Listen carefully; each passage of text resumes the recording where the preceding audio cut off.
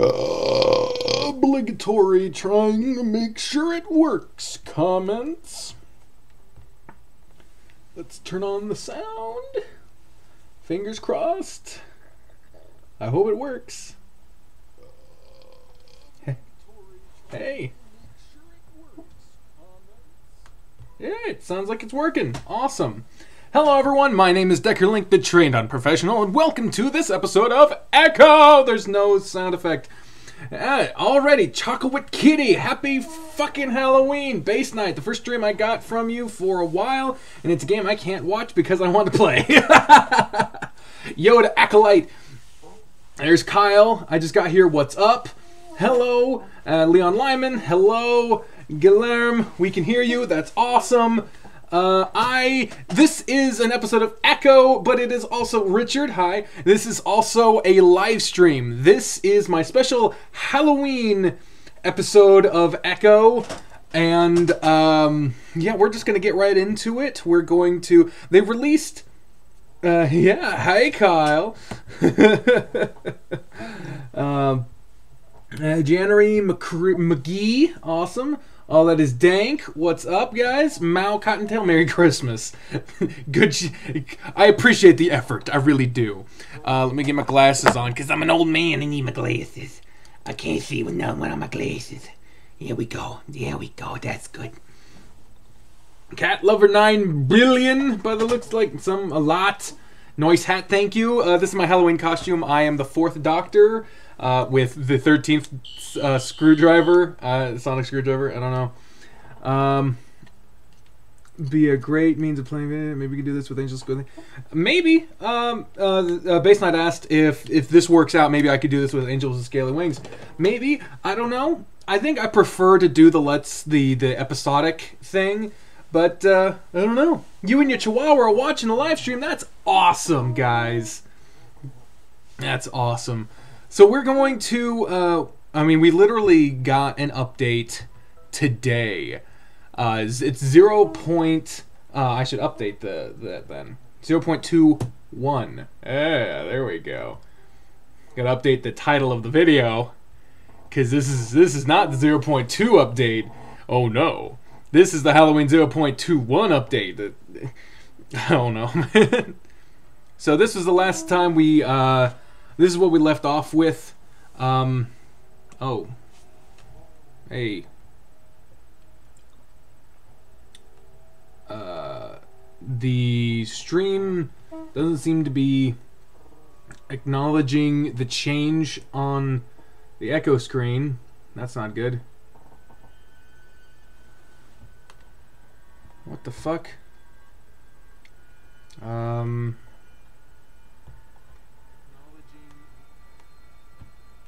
What the fuck? Okay, I'm going to I'm going to remove remove that. I'm going to add it again. See if window capture. See if I can get it to work. Echo. It's still just showing the main screen. What the hell? Well, this isn't good, y'all. Because it might not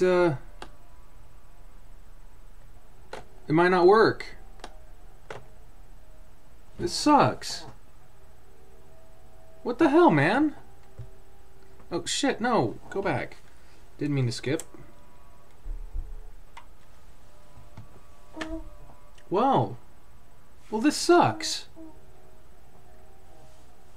It's doing the music, but it's not showing the fucking game. Anyone got any tips on this shit? 'Cause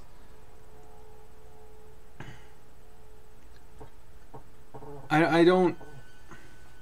I'm using Open Broadcast OBS, and I really want to play Echo. Do you have 2 tabs open? Not of Echo. Thank you, Tanner. You said fancy hat. I don't... Maybe I gotta I'm just gonna close Echo and then open it up again.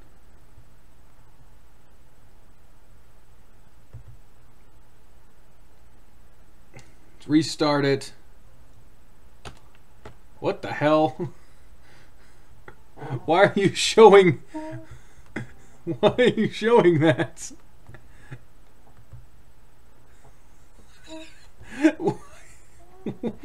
What the fuck is going on? It's showing my desktop. What is happening? Why are you doing this? This is ridiculous now. I don't... It's not... It's showing... It's showing the size of the screen now. But it's not showing the actual game. What?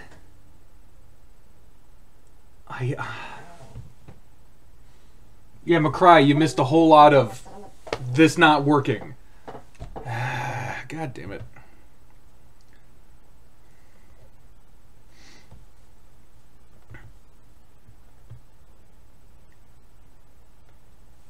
Yeah, I closed it down and it did it again.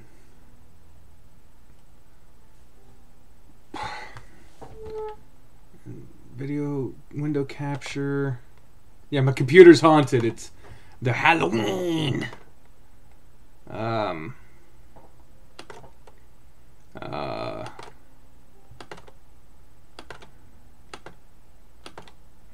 Okay.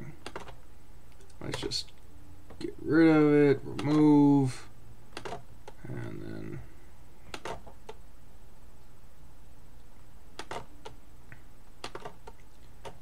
it's not gonna do it. It only fucking... Well, shit. I'm sorry, guys. I tried. It did this when I tested it. It kind of did this, and then, you know, I thought I fixed it, and apparently I didn't.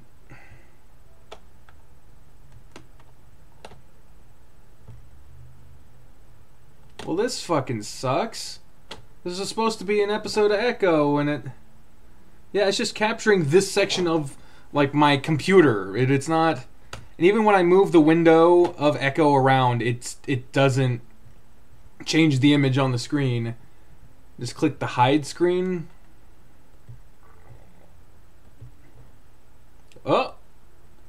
Well, I clicked minimize on Echo, then brought it back up, and now the screen is black.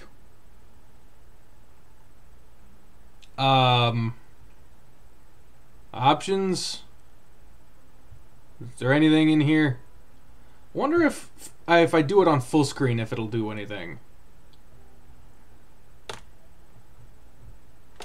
No.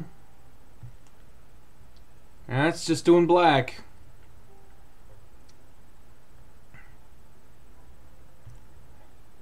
What happens if I click help? That'll just pull up a browser, I guess. I don't know. No. Damn it. This fucking sucks, dude.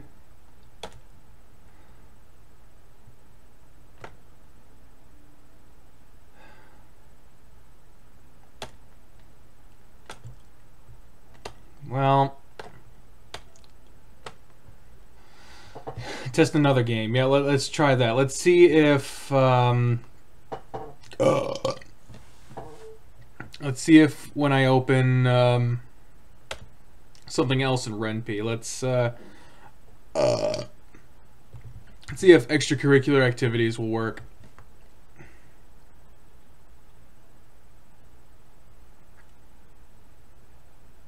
Is Echo on game capture? It's on window capture. Maybe I need to do game capture. Is that what'll change it? Maybe that'll do it.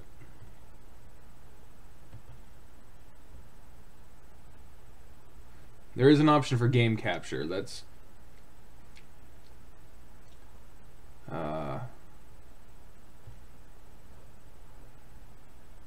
right now, okay, there, extracurricular activities. It's up, so let's bring it into the fold here. Let's try. I opened up 2 of them. Damn it. All right, let's try game capture instead. Let's try that. Capture any full screen specific window. Window extracurricular activities. Okay. There's that familiar screen. So far, so good.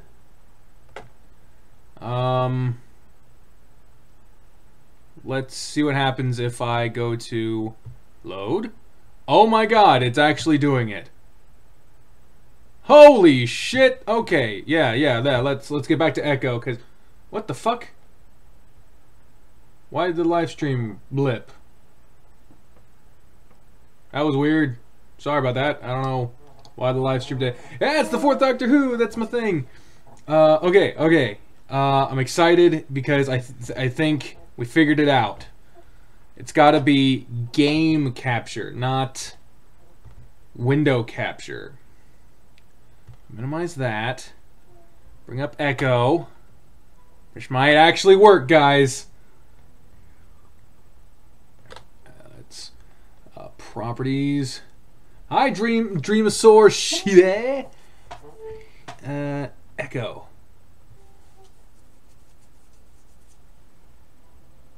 Okay. Let's fix the size of it. Load game. Oh my god, it's working! Yeah! Oh, it only... Oh, god. It's not receiving enough video to maintain smooth streaming. What is happening? Why... The stream seems to be having problems. I don't understand why. Are you guys having streaming problems?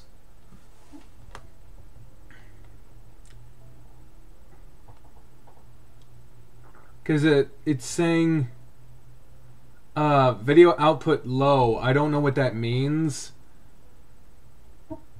Are you guys getting buffering problems? It's fine on your end. Alright. Well, if it's fine, it's fine. Let's just go with it. So, it's awesome. I don't know what the fuck is going on with YouTube, but cool. We're 12 minutes in. We're almost 13 minutes in, and we finally get to the episode. So let us fucking do this thing. I wake up to the feeling of a familiar, numbing heaviness in my body. I try to move, tugging at what feels like a massive weight on my arms and legs, but all I can manage is to wiggle my fingers. By the way, oh, bye Base Knight. I'm glad you're having fun. Morris Arkletum! Yay! Hi, Red Draken! So, as a heads up, I fuck up a lot. Like a lot. And, so when I fuck up on my reading, I can't edit it out. It's live. We're live, pal. Let me record this episode just again. There's going to be an archive, so it should be fine. Good night, Base Knight. Only due to my extremely low net speed. All right, so let's continue. This chat is going to be very distracting. I'm just going to let you guys know I'm going to try to not pay attention to the chat as much so I can just focus on the episode. The new 0.21 update updated TJ, Carl, and I think Leo. So we'll... Alright, back to the episode. It feels like someone's pressing down on my chest, trying to suffocate me. And something's in the room with me. I can't help myself. I open my eyes. A blood-red glow fills Carl's room, as if from a nightlight covered in blood. The sight would have made me whimper if I was able to make any kind of sound. Yay, Arkletum! BRB needs s'mores. Nice. My eyes flick around the room. It looks strangely empty. A lot more empty than I remember it, as if Carl is in the middle of a move and he's packed up all his toys and decorations. In fact, the only thing I recognize in his room is his bed, the blankets tossed back and empty. I'm alone. What the fuck was that? I hear a chuckle right next to my ear, and it's straight out of a horror movie. Whatever it is, it's right out of my line of sight, and I can't turn my head to see what it is. My heartbeat picks up, and I decide to close my eyes, knowing that nothing good will come out of opening them. It breathes heavily in my ear for a while, then stops. The weight lifts off my body, and I feel its presence leave. I sit up, open my eyes again, and sigh with relief. But then I realize the room is still empty, and so is Carl's bed. Die? Something yanks me out of bed, and suddenly I'm being pulled by both feet down the hallway, down the stairs, down the basement, towards the crawl space, into darkness. Furry legs crawl all over my body, and pinpricks pierce every inch of my flesh. Oh, Jesus! I'd give anything to be able to scream right now. I gasp and jolt out of the paralysis. I wait a good 10 seconds before I'm convinced that I'm really out of it. Carl snoring loudly in his bed, one arm dangling over the side, while his belly rises and falls. What the shit? Oh my god! Everyone's debating who is Bay in the comments. What the shit was that? I sit up and rub my face, wondering how the hell I'm going to get back to sleep after that. Oh my god. Alright, here comes Friday. Jesus. Oh, hey, it's Raven. Okay. I forgot Raven, like, someone asked to do the Raven route. I didn't know that Raven had a route. So I don't know, I don't know what the fuck is going on there. No one seems to be saying anything about the episode. They're just talking about who is hot or not. Oh, yeah, there we go. Alright. Hey, is this useful? I look over at Raven as he holds up what looks like a porcelain canine doll of some kind. Maybe. Again, just set aside the stuff you think might be interesting enough for me to take pictures of. Okay. He puts it to the side and starts digging through the tub rather carelessly, again. Oh. I don't know if Raven has a route. Someone just said it, and then I was like, are you sure? And then they said, maybe. So, I don't want to say for certain whether or not Raven does, in fact, have a route. Hey, Harry O'Grady! How's it going? Doing a episode of Echo, and Kyle's back. Good deal. I sigh and turn back to the binder. I really wish Carl had agreed to come down. Again, he declined to help me, even after Raven arrived. But now I guess I have my answer as to why. More stuff is missing from the tubs, and I know it can't be anyone else except Carl. I wonder who the fuck else it could be. Maybe the fucking spirits hot in this fucking place. Ah, Jesus. The containers were turned the opposite way when I got down to the crawl space earlier this morning. On top of that, there were 2 more loose wrappers in the tub, along with a trace of paw up the torn edges of a missing page in the John Begay section. The question, of course, is why would he be doing this? There's absolutely no reason for it. And the bizarreness of the situation makes it pretty much impossible for me to confront him about it. It's his house, after all, though if he didn't want me going through it, why would he have shown it to me in the first place? And he isn't even trying to cover his tracks. In fact, I practically caught him in the act just a few nights ago. He must know now that I'd be able to put that together pretty quick. I close the binder, deciding that this will be the last time I'll be going through this stuff. If Carl doesn't want me digging up info on his family's history, then I'm not going to pry any further. Hey, look at this! Raven holds up a wooden train. Bet this was probably the shit back in the day! I sigh. Probably. My phone buzzes. I take it out, my notification telling me I have a text from Leo! Everyone's talking about Team Leo! Hashtag Team Leo! We got a text! We got a text from Leo! For a moment I feel a pang of guilt. He told me how excited he was to hang out with me this week, yet I've spent almost all of my time here with Carl. Though, from what I've gathered in text, Leo's been spending most of his time with TJ and Jenna since the Lynx is apparently still feeling down. At least he had that to keep him occupied. My excuse that Carl has all the info I need for my project made my decision to spend most of my time here a little less weird. Meet me at the diner for lunch. Just you. Oh, fuck. I'll take a look at it later, Harry. I text back what time and what does he mean by just me. Hey, Rave, I'm going to go out to meet with some friends. Could you keep Carl company? Okay, sure. Raven seems busy pushing the train across the ground while attaching more cars. And make sure you keep that together. I want to get a picture of it later. Leo texts back. Now, need to talk in private. Oh, hell. Oh, hell. Ugh. Does TJ have a full name? I think TJ's real name is like Toby, because it got mentioned Toby earlier. So I don't know, and there was no Toby other mentioned. So, yeah, all that is dank, says TJ is Toby. I sigh and put my phone away, patting my pocket for my keys, and I head up the crawl space steps. Raven's gonna die. Raven's gonna be dead. Raven's gonna be buried underneath the house by John Begay's ghosts. John Beghosts gay. Okay. Leo waves at me as I walk into the diner. I'm surprised to see that the diner is completely empty. Well, after the fucking waitress went about pissing in the streets and shit, I'm not surprised. There's almost always someone in here. Something else is amiss, too, and I don't notice it until I've sat down across from the wolf. It's eerily quiet.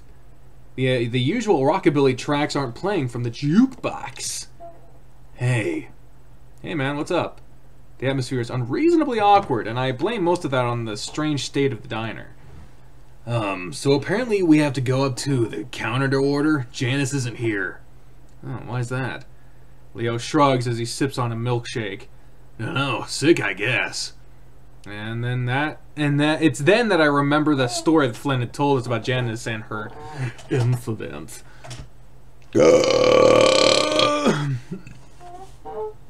Oh, Jesus.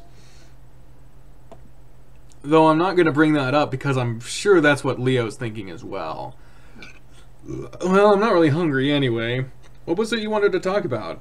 Leo swallows slowly, then looks down at the table. So you probably know this whole thing didn't go as I'd planned. I look at the collection of condensation on his glass before I speak up. Yeah, sort of. Leo frowns as if he'd hoped I would have tried to deny it. Well, it's mostly my fault. I should have done a better job of resolving shit. Now I frown. Hey. I wait until he takes his eyes off the table to look at me. You know, you're not our big brother anymore. He looks back down at the table. We're adults, believe it or not. We make our own decisions now. Everything we're doing right now is our decision. Our fault, not yours. Leo's eyes get shiny, but he smiles. Yeah, you're right. Guess I just want to go back is all. Hey, we're still young. You're talking like my grandpa. Leo laughs and leans back. Mine too.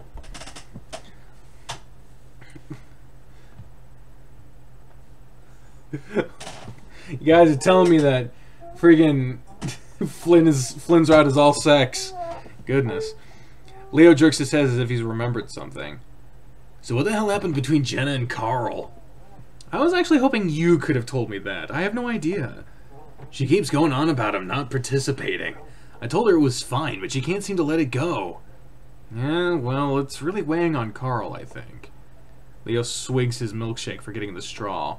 He wipes away the cream from his muzzle as he brings it back down to the table with some resolve. You ever had a clink? Thank God for the clink. Well, I'm not letting it end like this. Let what end like this? Our group. You realize this might be the last time we're all together. That sentence immediately forms a lump in my throat. Yeah. So I'm not gonna let it end like this. Flynn pissed at TJ, Jenna pissed at Carl, you and me. He lets that hang, and when I don't say anything, he coughs. Hey, Aaron! There's a pizza on your bed. Oh, thank you. No problem. Barbecue sauce. Oh, thank you. Aaron just got home. Say hi to Aaron, everybody! Say hi to everybody! Say hi to Aaron, everybody! Hello, everybody. Can you see me? I was waving. Yeah. Oh, no, they can't see. You gotta... It's okay. It's fine. Okay.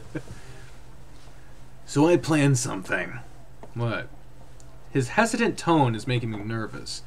He looks me in the eye and squares his shoulders. We're going to the lake tomorrow. He lets that sink in as I turn his words over in my head. They're all saying hi, Aaron. McCurdy wasn't even spelled it right. And so did Dreamosaur Shide. Yeah, they've seen it spelled correctly. And I've been in the live stream. And yet Kyle, of all people, still got it wrong. Of course, he spells everything wrong. I'd suspected that this is what... I'm just giving you shit, Kyle. I suspected that this is what he was getting at. I consider my words for a moment, not wanting to say the wrong thing. I don't know if that's...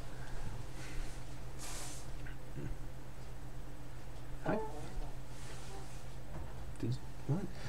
Leo puts up a paw. I've thought this over real hard, Chase. That day, what happened to Sydney, it fucked us all up, changed us all. Not for the better, either. It took something from us. Leo pauses, looking to the side as if searching for words. Flynn, Sydney was his best friend. And Carl, he's been depressed ever since. I feel the need to speak up. I don't know if you can pin all of that on what happened. Maybe we would have turned out the same. He presses on. TJ, he saw Sydney die. Saw him drown. I knew it! I knew Sydney drowned! Can you imagine that at 8 years old? And Jenna, has she ever been happy since? I shake my head. I've always felt like that experience helped her in a weird way. She decided to go to school, leave Echo. He doesn't seem to be listening to me. And you, I love you. But you did change the day it happened. You're practically a different person. I don't have anything to say to that. And me, His voice catches in his throat and I close my eyes. Leo, I was supposed to be watching all of you. I was supposed to be taking care of... Leo stops talking and I keep my eyes on the table while he grabs one of the brown napkins and wipes his eyes.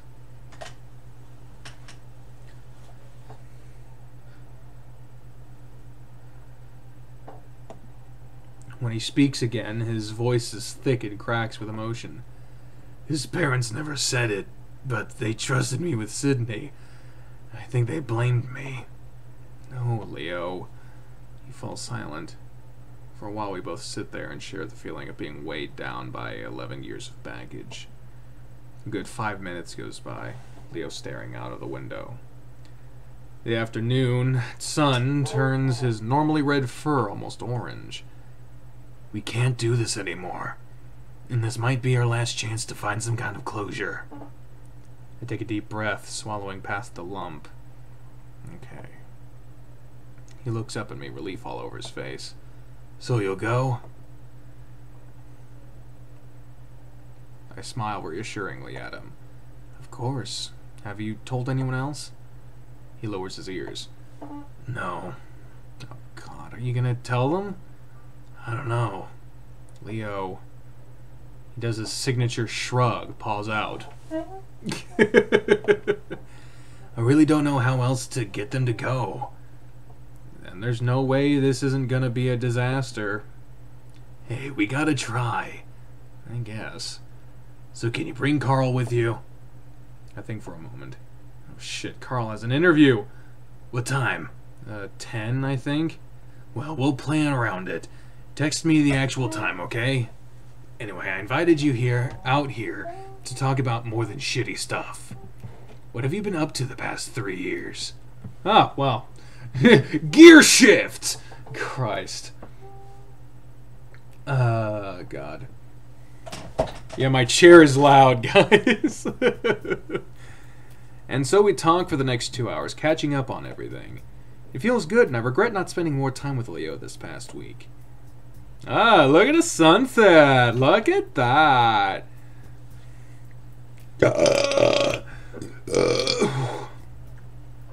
As we part in the small parking lot, Leo surprises me with a hug. I have a good feeling about this. It'll be hard, but we'll be better for it. I hug back, hoping with all my heart that he's right. Sorry. Huh? Sorry. What are you sorry about? Laundry. Oh. Saturday, Saturday fucking day. Dudes, I don't know about this. I peek into the bathroom, watching as Carl stares at himself in the mirror, running his fingers through his hair. You look great! Raven stands back. Oh, yeah. Raven stands back, grinning with a trimmer in his paws, looking Carl up and down. Tell him, Chase. Carl looks at me, and I have to agree that he looks quite a bit better. You look fantastic, a lot cleaner. Thanks. Now take a shower. What happened? Huh? He's gonna Google Translate. Before Carl can say anything, Raven shoves the mall bag into Carl's chest before slamming the door in his face. Man, this is gonna be great. If the interview was based on looks alone, he'd have the job locked. Yeah, probably. And so with that, we move to the living room and wait. Half an hour later, Carl shovels in quietly. We don't even know he's there until he clears his throat. Oh, ma! Look at you! Holy shit! God, look at him! Oh, look at it! Look at and the thing and the he looks good. He looks professional. He doesn't look comfortable, but he looks nice. What kind of pizza did you give me? It's supposed to be pepperoni with extra cheese and barbecue. Okay, I was gonna say because it looks like just all cheese with like 2 pepperonis. That's because they put the one pepperoni on top to make sure they know that it's pepperoni, but the pepperoni's underneath. I don't know. I was just looking at it. I was like. Well, I asked for a pepperoni pizza. They put a pepperoni on it. What threw me off was it wasn't a pepperoni put on top. It was pepperoni put on top and then cut. Yes. I was like, why? Alright, thank you. You got it. So, how does it look? He looks good, but I'm more concerned with the fact that he looks more insecure than I've ever seen him. He shifts from hoof to hoof, not making eye contact at all, his fingers pulling at his rolled-up sleeves. Oh my god, that looks fantastic! There's no way you don't get that job now! Raven sounds genuine enough, but then again, he's always excited. Carl looks over at me, and I give a start. I don't know, realizing how bad my silence must have seemed. What? You do look great, Carl. But, Raven chuckles and Carl's eyes widen. What? The beanie. Do you always wear that thing? Carl lifts a paw to it. Usually. You can't wear that. How do you even get it on? It's stretchy, and my head fur looks awful. Seriously, you can't wear a beanie to an interview. Carl's getting all fidgety again, so I butt in. I don't think a beanie is that unprofessional. I don't think it's that bad. I mean, I can understand why you wouldn't want to wear it to an interview, but it's not like he's interviewing at like an office building. It's like it's a paint place. It's just a production facility. You're fine. We're already put him through enough. I think he's already been put through way too enough. What do you guys think? Should he keep the hat, or should he take it off? Since this is a live stream, I might as well open this up to the forum here. What do you guys think? Keep it or get rid of it? I say he should wear it.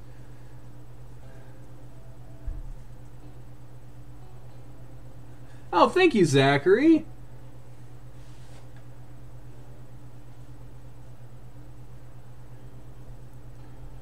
Yeah, we got some votes for wear it. McCry won. Dream of Soar. All that is dank. People saying, same as wear it. Everyone's saying what? No, take it off. We got damn you, Emron says take it off, but like literally everyone else says keep it on. Mao Cottontail says, just yeah, everyone Okay, a lot of fucking people are saying keep the beanie, so I'm saying wear it.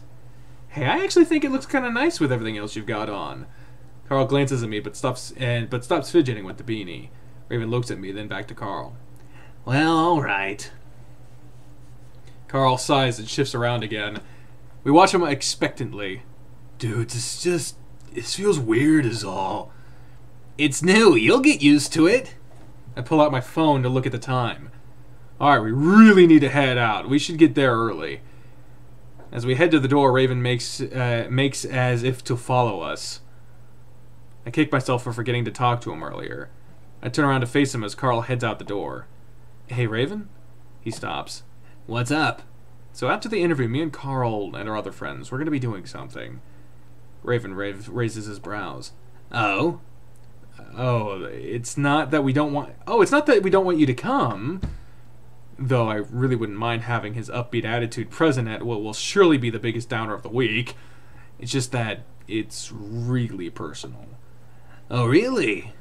Yeah, seriously, you would not want to come. We're going to be talking about some heavy shit. Raven seems to perk up a little bit at that. Oh, well, I wouldn't want to intrude. I'll just hang out here then. Yeah, we'll be back soon, okay? Sounds good, but you have to tell me how the interview goes. I know he's going to do amazing. I will, and he will. See you in a few. Alright, so we're, add the ears. I'm wearing a hat. How would I... Maybe this works? Oh, no, there's backwards. Damn it. There we go.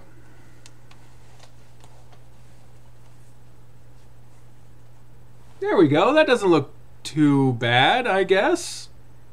Maybe.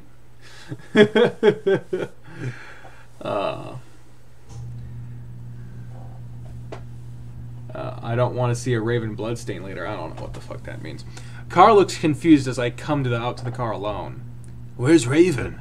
I sit down and make a show of buckling my seatbelt. Buckle the seatbelt. They're gonna do the things.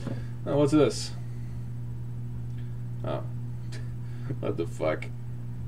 My mom has sent me a text message. Oh, that's cool.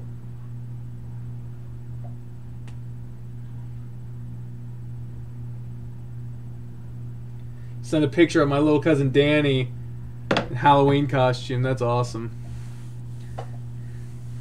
People are saying it looks perfect. Well, I appreciate that.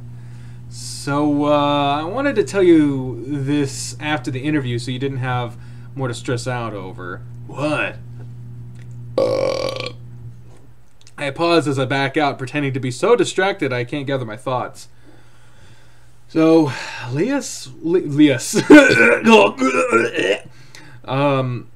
so Leo wants us to meet up at the lake.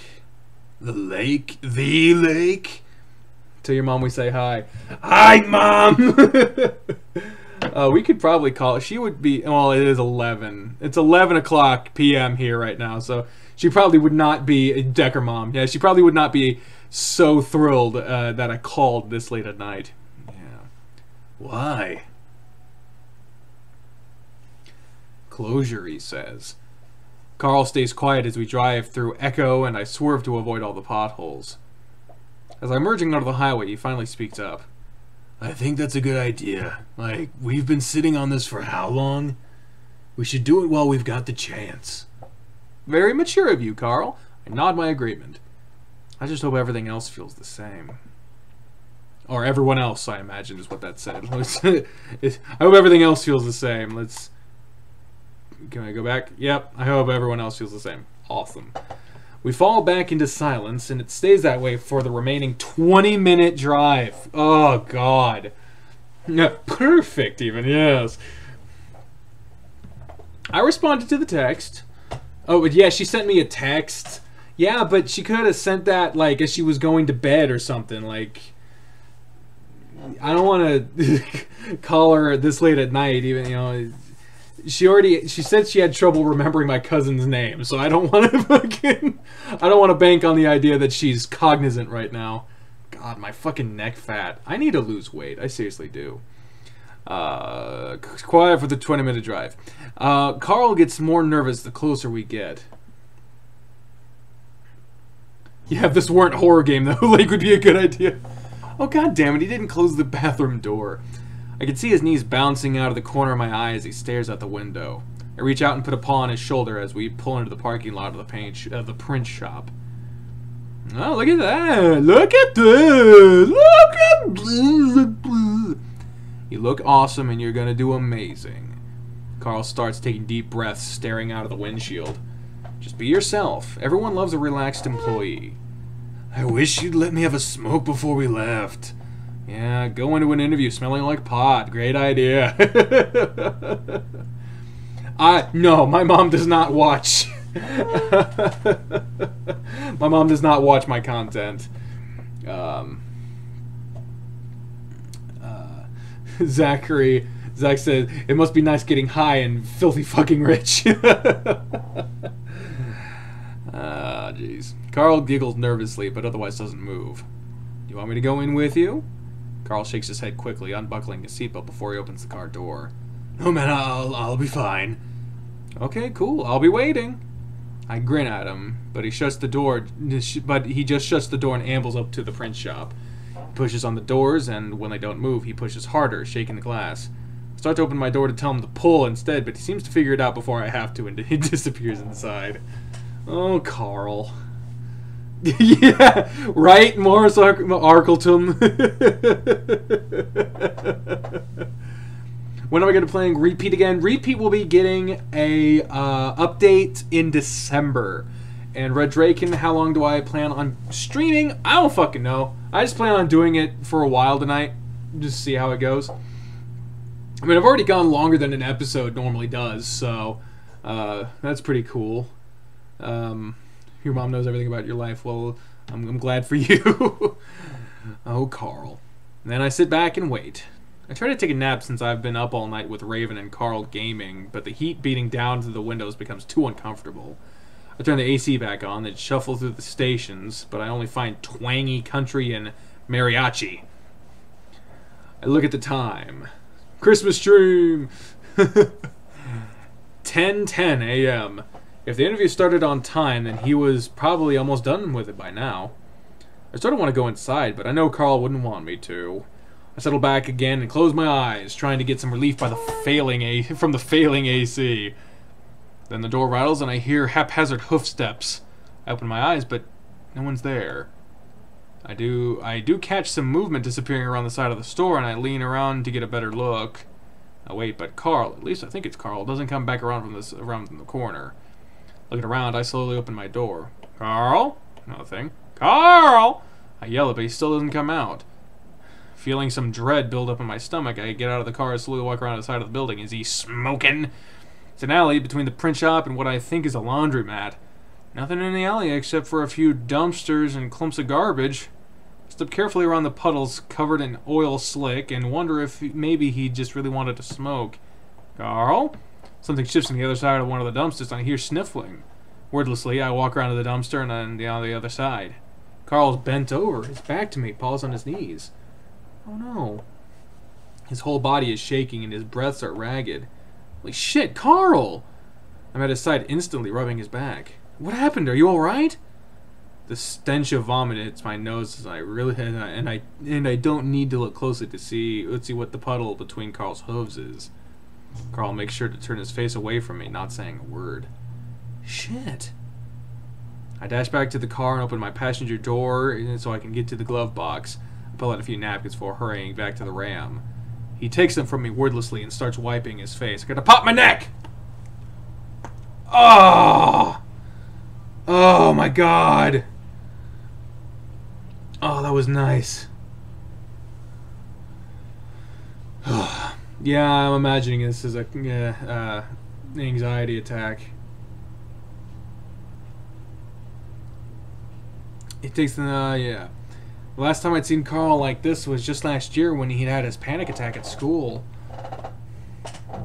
I didn't think he'd have that problem now after all the therapy and time away.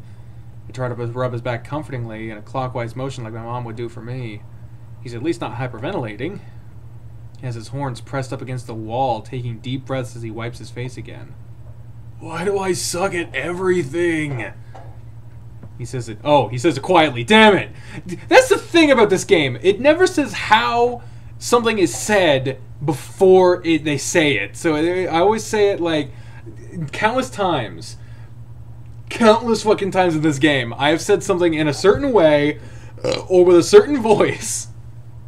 And then right after that, he fucking says, they do it. They say it was a different way. Like, apparently Flynn's supposed to have a tenor voice, but I've been doing his voice like this the whole time.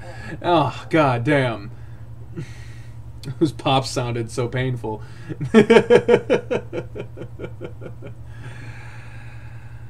He says it quietly between gasps, but I can make it out. No, Carl, you're fine. Let's just get you home. I start to pull on his arm, but he yanks it from me violently. Don't touch me! I'm stunned into silence. I just stare at him, mouth open. He glances at me, and his eyes are red, and for once, it's not because of weed.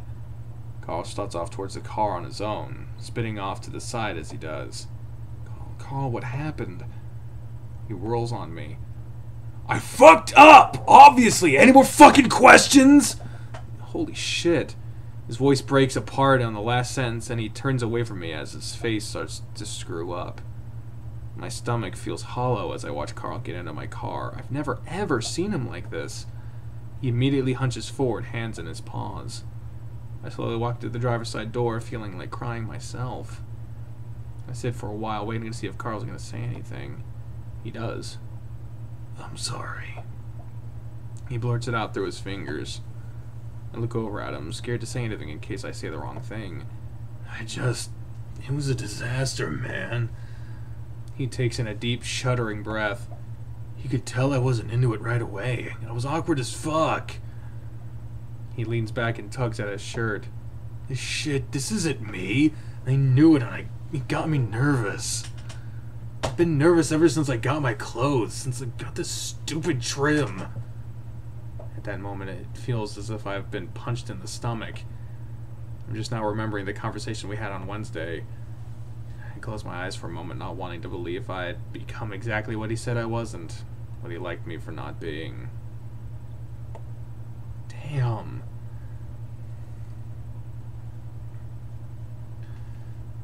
We're Aura Dragonite. Yeah, a lot of echo happening right now. Dragon Slayer 115. This is the most amount of people I've ever had on a live stream before. 35. Damn. Hello, everyone. It's crazy. We sit in silence for a long, long time until Carl finally looks at me and smiles. God damn it, we both knew this was gonna happen, didn't we? I don't know, man.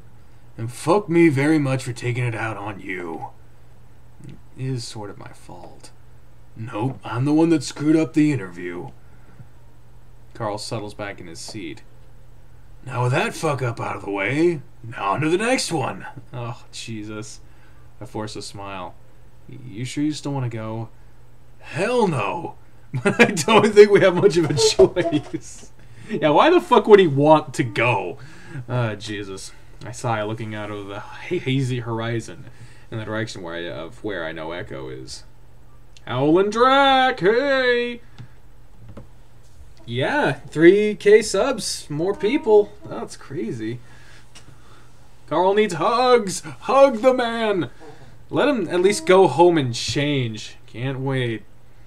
So with that, I turn on the ignition and pull out of the parking lot, leaving the print shop and its alley far, far behind us. Leo, TJ, Flynn, and Jenna are all gathered around a picnic table. It's set out neatly on concrete in front of the rocky shore of the lake. None of this existed when we were kids. In fact, it didn't exist when I left. Echo was trying really hard to stay alive. I don't need to get out of the car to gauge the mood my friends are in. Their shoulders slumped, faces turned away from each other. As I park, Leo's ears perk and he turns to wave at us. I take a deep breath and turn to Carl. You ready? No. Nevertheless, he opens his door and steps out, and I do the same. Or a Dragonite. Shout out from Deku, woo! Cavity's hurt. Oh, that sucks. Oh, that is dank. Orange airheads. Airheads. Airheads? What are... Is that, the gum? No, that's like the gooey candy, yeah. Not gooey, but it's like chewy. Carl needs some kisses. I think Carl needs more than kisses. Oh, God. The sun beats down on us, but being this close to the lake cools things down a bit. Oh, look at that! Well, this is the episode. I'm not going to redo this part. I'm not redoing shit. Halloween's been over for a while. I still got 47 minutes of Halloween left. It's still Halloween, damn it! As we approach, I see Leo with his butt up against the edge of the table while TJ sits next to him. Jenna sits next to TJ while Flynn sits across from Jenna. When Flynn turns around, he immediately zeroes in on Carl. What the hell happened to you? Drugs, sex, and rock and roll. Out of order, bud. No, I just put it in the appropriate descending order. Flynn rolls his eyes and looks at me. Hey, fuckboy, maybe you can talk some fucking sense into this idiot. Well, that's nice. Leo's ears are flat, but he doesn't look at Flynn. Glad you guys can make it. Sure. Carl sits down next to Flynn, and I sit on Carl's other side, across from TJ. The silence that follows is possibly the most awkward one of the week.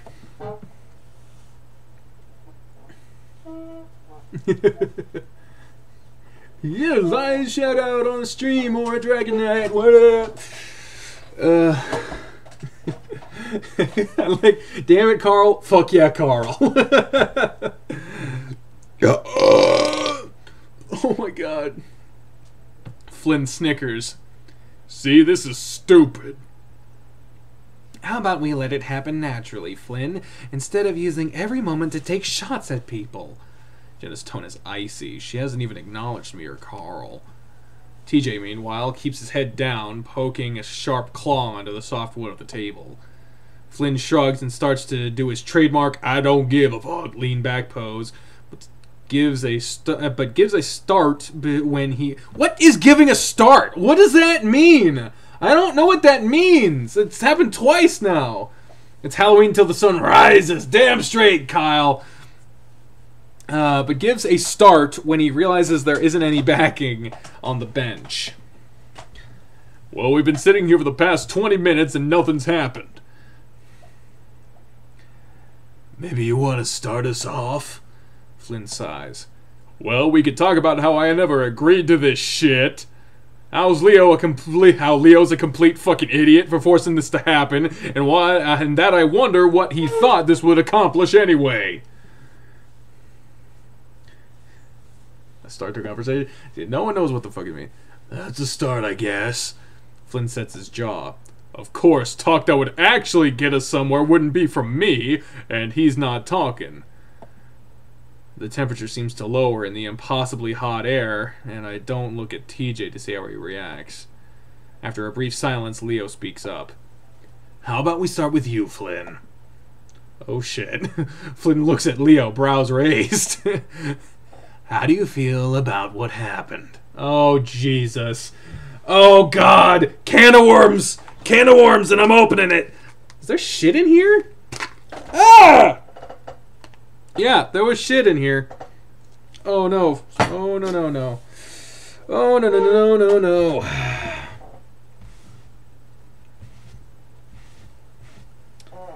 Well, it was just water. Ah, God damn it.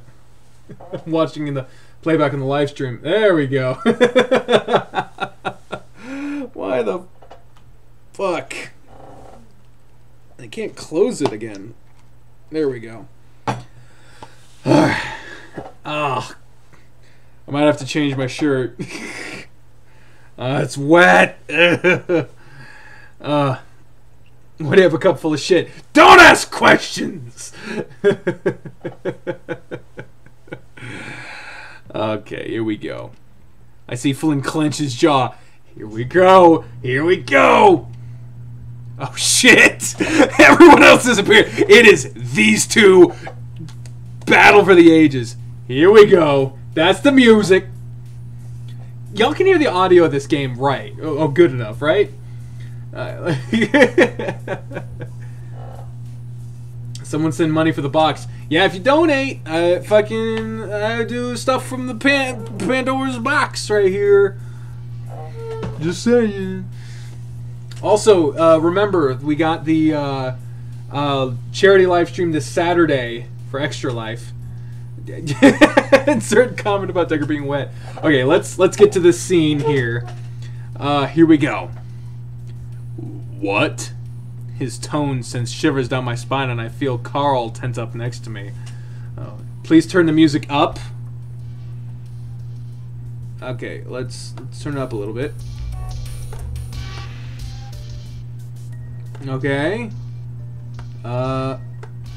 Is that better? Let me know if it's better. Alright, here we go. I look out across the lake, the shimmering reflections blinding me. You never talked about it. Maybe it'll help? Sweat pours down the back of my neck, builds up under my arms. Ew! Gross! Ew! Even with the wind coming off the lake, it's way too hot. By telling you how I fucking feel, how the fuck do you think I feel?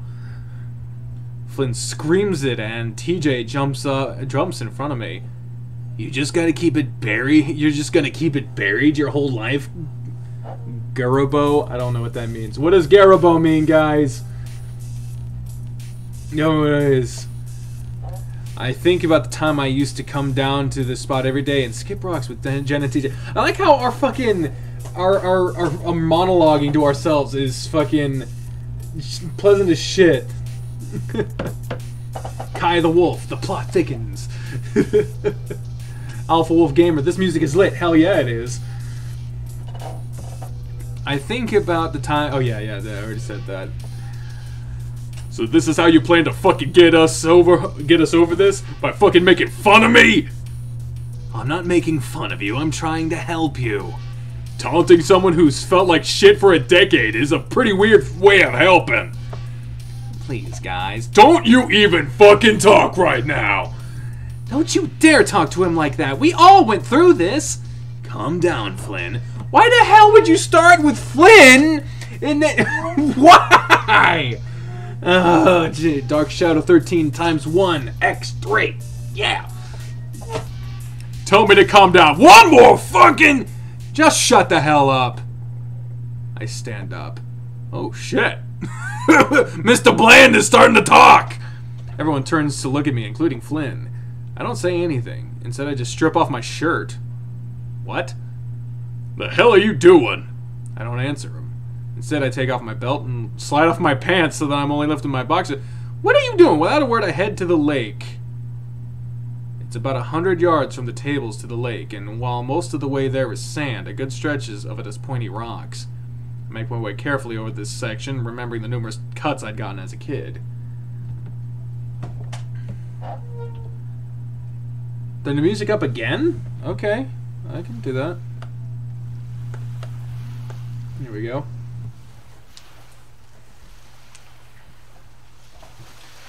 I don't look back until I'm right at the water's edge, and when I do, I see Leo following me in the process of taking his own shirt off. The rest of them are still sitting at the table, but I don't care because this is really just for me. I step into the water and sigh at how cool it is before I wade out further. Once I'm waist deep, I dive into the water and pop up several feet further away from the shore. I'm neck deep at this point, and when I look back, I can see Carl now standing at the lake's edge, paws deep in his pockets. Behind him, Jenna is helping TJ across the rocks. Only Flynn remains behind at the table, watching us all. He was up to his chest at this point, and I swim in a circle around him before diving under, then popping up right in front of him. Gah, sneaky otter! He splashes water in my face and I cough. Don't be that way. I swim around him some more and laugh at how he flounders after me. He was always a terrible swimmer. I dive under the water again and swim up toward the shore, popping up about 10 feet away from Carl. Having fun? He's smiling, looking a lot more relaxed than he has all day, probably because we just avoided a situation that could have gotten really ugly. To my left, Jenna and TJ are sitting on a boulder in the shallows, TJ's slacks rolled up to his knees. Him and Jenna seem to be talking, so I decide not to play the same trick on them as I did with Leo. Flynn, meanwhile, is standing up now, arms folded. For the next little while, I swim around, occasionally popping up in front of Carl or Leo, sometimes splashing them with my tail. There's a freeing feeling about finally swimming in this lake again after having so much space. And having so much space.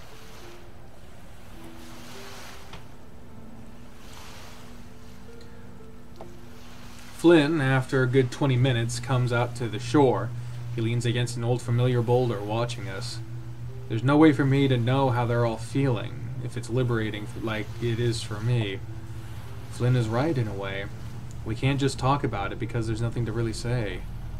What happened, happened, and no amount of talking can fix it. What we can do, or what I can do at least, is choose to move past it. And that's what I'm doing right now. I just hope that's what they're feeling too. Eventually I run out of the exhilarating energy that had consumed me and instead drift to the bottom of the shallows. I lay on my back against the sand, staring up at the murky glow of the sun. I feel my eyelids get heavy and stretch out against the soft lake bed. It is, of course, a bad idea to fall asleep underwater. If that were to happen, though, I'd probably just try to breathe, get a nose full of water, and immediately wake up. Still, I decide it's best to avoid that if I can, and force myself to open my eyes again and swim to the surface. Except I can't. Oh no. I'm frozen.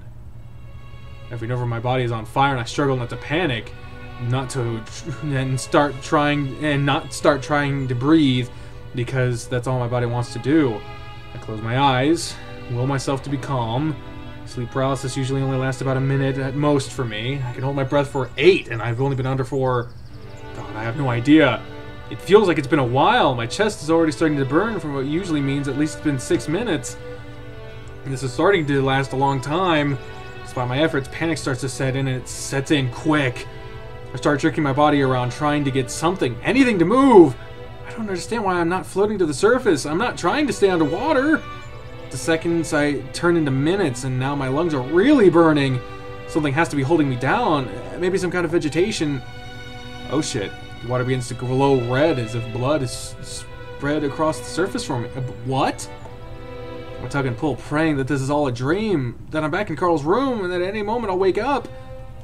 You thought it would be this easy? That's a good one. I try to turn my head towards the voice, which is right in my ear, even though I'm underwater.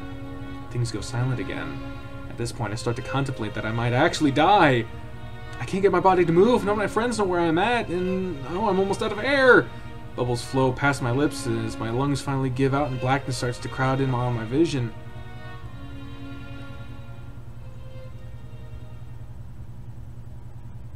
What the fuck?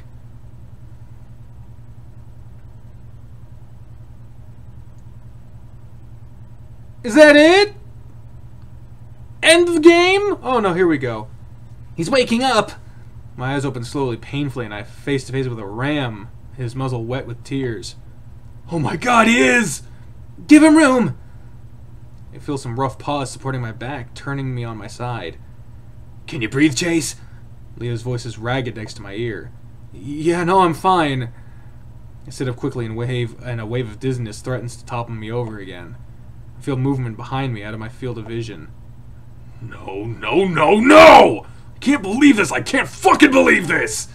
Flynn's voice is torn and ragged. I barely recognize it. Calm down, Flynn! No! We're forced to come here and then this shit happens! Guys, I need to go. TJ, Flynn, get over here! I feel Leo's support leave me. Carl is still crouched down in front of me, though. Oh my god, dude, what happened? Carl's gasping like he's the one that was just underwater. I don't know. Carl rubs my back as I rest my head in my paws. Immediately, I can hear. Hear is spelled wrong.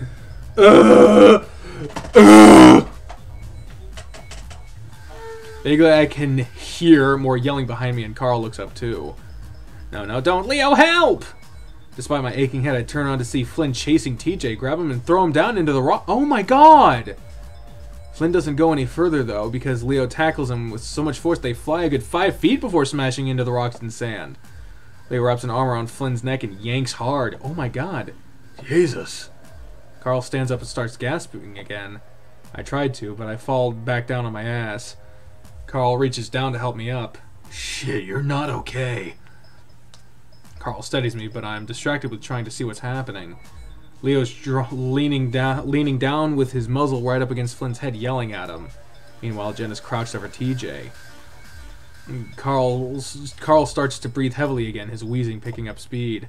I look over at him, his eyes are glazed as if he's watching over everything from afar. Oh, Carl, what's wrong? I don't want him to be having another panic attack. I know I should probably stay and try to help, but I feel so fucked up right now. Besides, I don't think it'll help if Carl has a breakdown. I grab his arm. Let's get out of here, Carl. He looks at the scene a while longer, then turns away.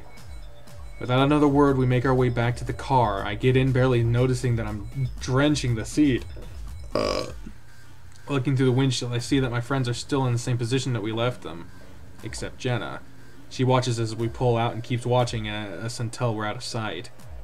Oh, shit.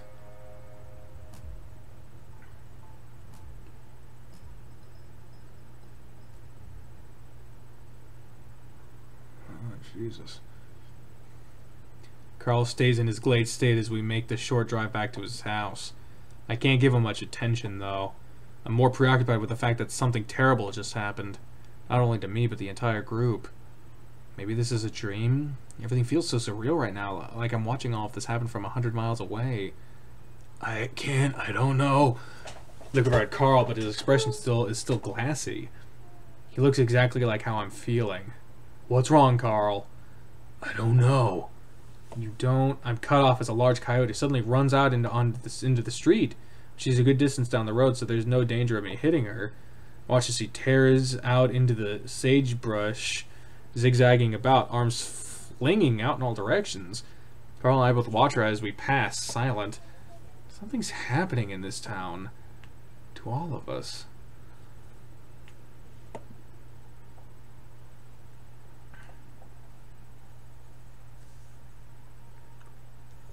As we get in the house, Carl heads straight for the stairs. Carl! You guys back? How'd it go? Oh, fucking Raven's still here. Raven's voice calls from upstairs. Ray, something's wrong. Huh? What's wrong? I don't answer as I walk to the stairs. Carl just disappeared down. Once I get there, he's already gone. I make my way to the stairs, and it's at that point that my headache starts to make a comeback. Carl? He's not in the basement either, but I can see the yellow light glowing from the crawl space.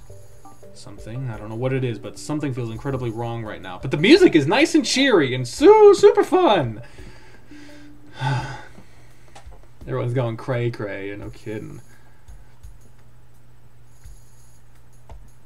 Buzzing fills my head, the ground feeling unsteady as if I'm walking on sand. Once I find Carl, we're both going to the hospital. I stumble down into the crawl space, and again, Carl's not there. I'm greeted with the familiar row of tubs, but a stack of them has been pulled away from the wall. Carl? Carl, what? I fall silent because ahead of me is a hole. About 3 feet high and 2 feet wide. The hell, Carl? Plaster covers the tarp around it as if the wall had been bashed violently to create the hole. Did Carl go through it? Getting on my paws and knees, I look into it, but the darkness is inky and so black I swear I can touch it.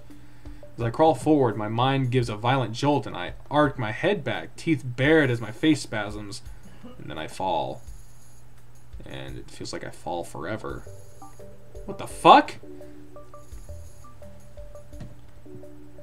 What the fuck?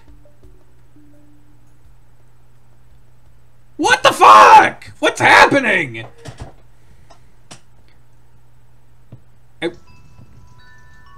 Wind blows pleasantly through my fur, seeping underneath and cooling my sweating skin.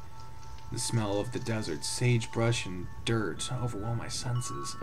Everything is black around me, but there are a million stars above me. I hear the smattering of small feet running circles around my body, snuffling of noses up against my sides and neck. Mixed into the sounds of the wilder words, languages I don't understand, chanting and singing, the sounds of dancing. Then another language. I hear a word or two that I learned from Leo years ago, and then my own language. And above it is all maniacal cackling, one that builds and fades before choking off into a sob.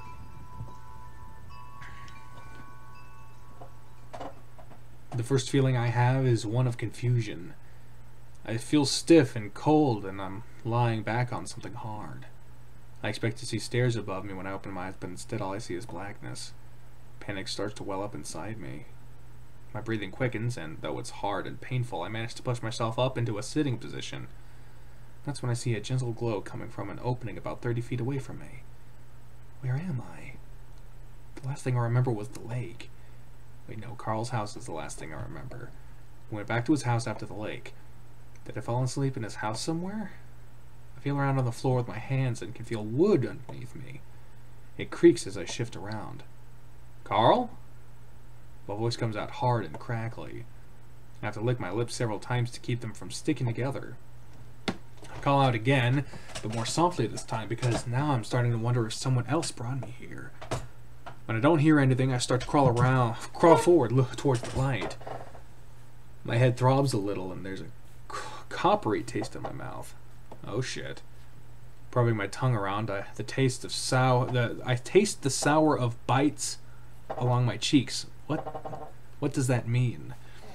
I start to run through a list of things that could have happened. I was in Carl's basement, and I just sort of seized up.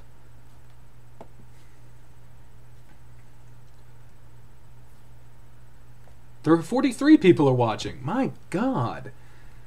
Did someone hit me over the head? I stop crawling and start moving my hands around my body and over my head. No sign of injuries. Aside from the cheek bites, it's really just the inside of my head that hurts. While I do this, lucidity starts to return in waves, as if a dam has broken and all my senses are falling back into place. At the same time, the panic starts to return as I realize how much this doesn't make sense. Someone had to have brought me here, wherever here is. I start crawling again, trying to keep my panic under control. I'm almost to the glow, but it's weird because it's coming from the ground.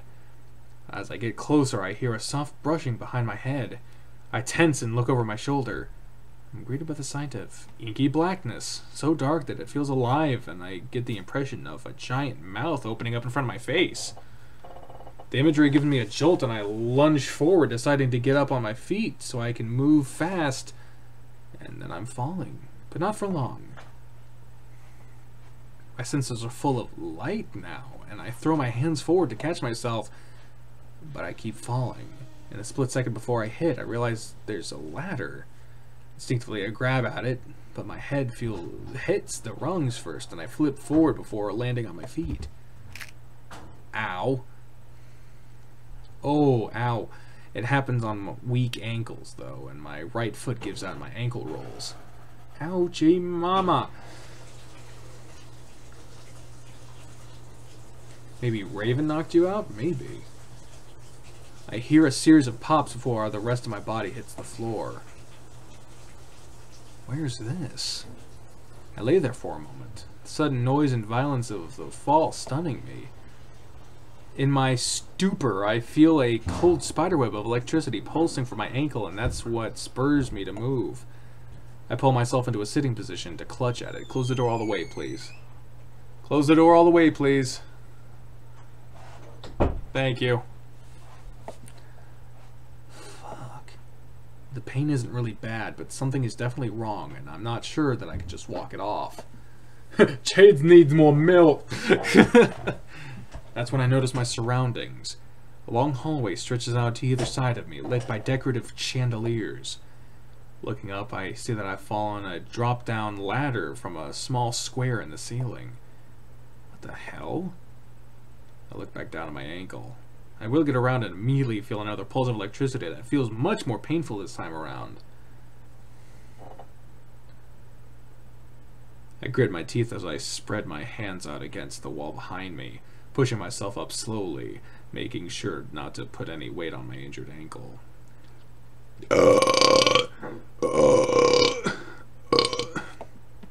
As I'm doing this, I hear soft clopping sound coming from my right. At the end of the hall, it looks like a sharp right. It sounds like the noises are coming from that turn. My throat tightens as I press myself harder up against the wall. I see a shadow slide up the carpet at the end of the hallway, and I hold my breath. The shadow stops too, and I get the feeling that whatever it is might be holding its own breath. Finally, the tension gets to me, and I clear my throat nervously. Carl? Chase? Carl! I let out a gasp of relief, and I almost sagged down the wall. More clopping of footsteps, and Carl appears around the corner. His eyes are wide and his nostrils flare. He stumbles up to me, his hands clasped together nervously. Holy shit, dude, it's so fucking good to see you. I press up harder against the wall, taking more weight off my foot. What the hell is going on? I don't know. I just woke up. You okay? He looks at me, then down at my foot. Are you hurt? I gesture up at the ladder. I fell down that thing. Carl looks up at the ladder and the dark hole it leads up to. What were you doing up there? I don't know. I just woke up in the dark and tried to crawl out. Shit. Carl bends down to look at my ankle, which is clearly starting to swell. Can you walk? I think so. Kind of. What is this? Kyle, I'll keep this secret, thank you. Sayonara. What? That's a long name. He stands back up and looks around. Chase, I don't know what's going on. I just woke up in a bedroom up the hall like 20 minutes ago. Is this not part of your house? Carl lets out a breathy, incredulous laugh. No, definitely not. I was trying to find a window, but I can't. Maybe we're in a basement or something? The last thing I remember is your crawl space. Why would they have an attic in a basement? I look back up the dark hole in the ceiling. Maybe it's not an attic. Chase, I'm freaking out. And it shows too, his breathing is picking up, his wide nostrils starting flaring again. Thank you for the compliment. It is a compliment indeed. Oh, Jesus. Oh, good night, Kyle. He said that a while ago. Damn it. I reach out and put a hand on his shoulder, giving him reassuring squeezes. Oh, it's okay. Maybe we got really high or drunk or something. What's the last thing you remember? Carl starts clicking his fingers together again, looking away up the hall. The lake? Yeah, I remember we went back to your house, then down to the basement, and then... Carl frowns. I don't remember. I watch him carefully. But then I remember looking behind the plastic bins, and there was this... Help! We both jump as the scream comes from right down the hall. Carl and I both look at each other wide-eyed. The hell? Hello, is someone out there? It sounds like Raven. Carl starts to hesitantly walk up the hallway, and I move to follow, and immediately regret it as I put weight on my ankle. It's completely stiff now, and the pain shoots up into my shin like lightning. My gasping causes Carl to turn around in confusion, and then his eyes light up when he sees my leg. Oh shit, here. He reaches out, and I wrap an arm around his neck. He's sturdy and strong, and easy to lean against, and I sigh with relief as I take the weight off my injured ankle. Holy hell of floofy, 120 views. Yeah, wouldn't an attic in a basement be ground floor? Oh, Jesus. Somebody? We hobble our way down the hall, following the sound of Raven's panicked voice. We take a left at the end of the hall and are confronted with an almost identical hallway in the last. That's when I start to smell smoke. Do you smell that? Carl puts his nose up. Something burning? Help me! I almost jump again as the sound comes from right on our left, the only door on the left side of the hallway. We both look at the door for a moment. Carl's ears perked straight up. And we both jump again as the door shakes from several heavy bashes that rattle the frame. Help! The cry is mournful, like he's given up. Raven? The shaking and pounding stops. Carl? Carl! The voice instantly turns hopeful and the voice grows muffled, as if Raven is pressing his muzzle right up against the door. I'm stuck and the door won't open, and there's a fire! What? Chase? There's something burning on the stove, or something. I can't see it. Me and Carl look at each other in bewilderment. Guys, it's getting really smoky in here. I can't really see anything. He gives a cough. And it's really hard to breathe. Alright, hold on a sec, man. We'll get you out. Carl shifts me to the wall and I can lean against it, and he tries the doorknob. The knob barely turns, clearly locked. Shit. Yeah, it's locked. It's getting really hot in here. Hold on. Carl shoves his shoulder up against the door. It gives a few creaks, but otherwise stays solid. Please help. His plaintive whimpering is barely audible through the thick wood. What kind of lock is it? Maybe we can pick it. Carl studies the knob. I don't think a paperclip is going to work.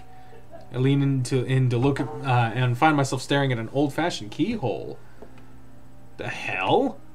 Raven, can't you unlock it from that side? No, there's nothing here! Guys, I can't breathe! His voice is getting desperate again. There's no other way out? No other door in there? Raven doesn't answer, and Carl and I both wait for a good 10 seconds. Raven? Ah! We both jump for a third time before Carl presses his face up against the door. Raven? Raven, what happened? A few seconds later, we hear his coughs, and then Raven's voice is lower, up against the bottom of the door, as if he's laying down. Something in the smoke! Help! What's in the smoke? My mind flashes back to what I heard in the attic. Something can't see, open the door! Fuck, alright man, stand back! I don't know if he's talking to me or Raven, but I step back anyway. Carl takes a few steps back, then throws his body forward, smashing up against the door. It shudders a little bit, and I hear a crack or two, but otherwise, there's no change. Tries it again with the same result. Carl, I don't think that's gonna work. Carl didn't say anything and stood backing up until his back touches the opposite wall, takes a deep breath, and charges forward, his head down this time. Oh shit. Instinctively, I close my eyes, imagining Carl snapping his neck right in front of me.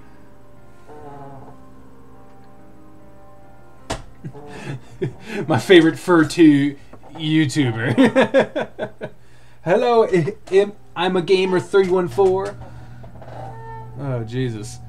There's a theory going on that that we're in hell. I don't know what's going on there. No spoilers, please.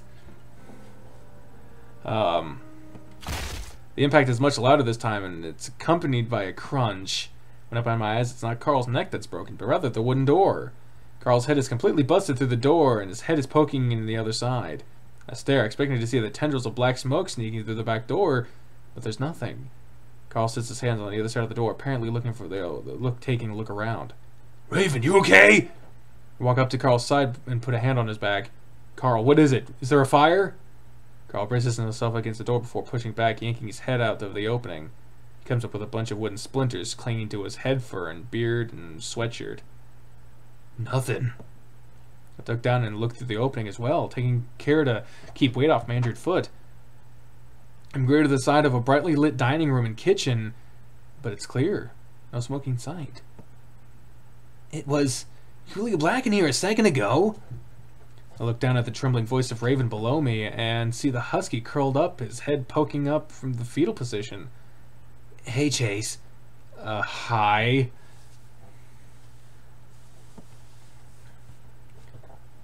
I don't know what happened. There was smoke everywhere. It's like when you opened the door, it all got sucked out. Hi-yo, Tanner Howell.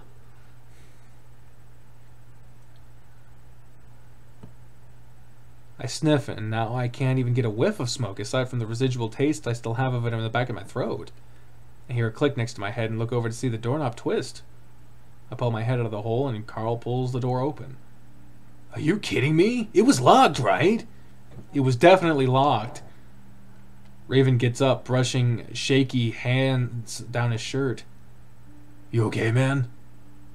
Yeah. Just thought I was gonna die for a second. I watch as Raven struggles to keep his ears perked. What happened? Raven takes a deep breath. I don't know. I just woke up in here and smoke started coming out of the stove or oven or something. Guessing a Cthulhu. Oh, Jesus. You said you saw something? Yeah, something in the smoke. It looked like arms or something. Carl and I look at each other. But it might have just been the smoke. I look around the room, scanning for any signs of the black smoke that Raven was so adamant about having seen. Time for a drink!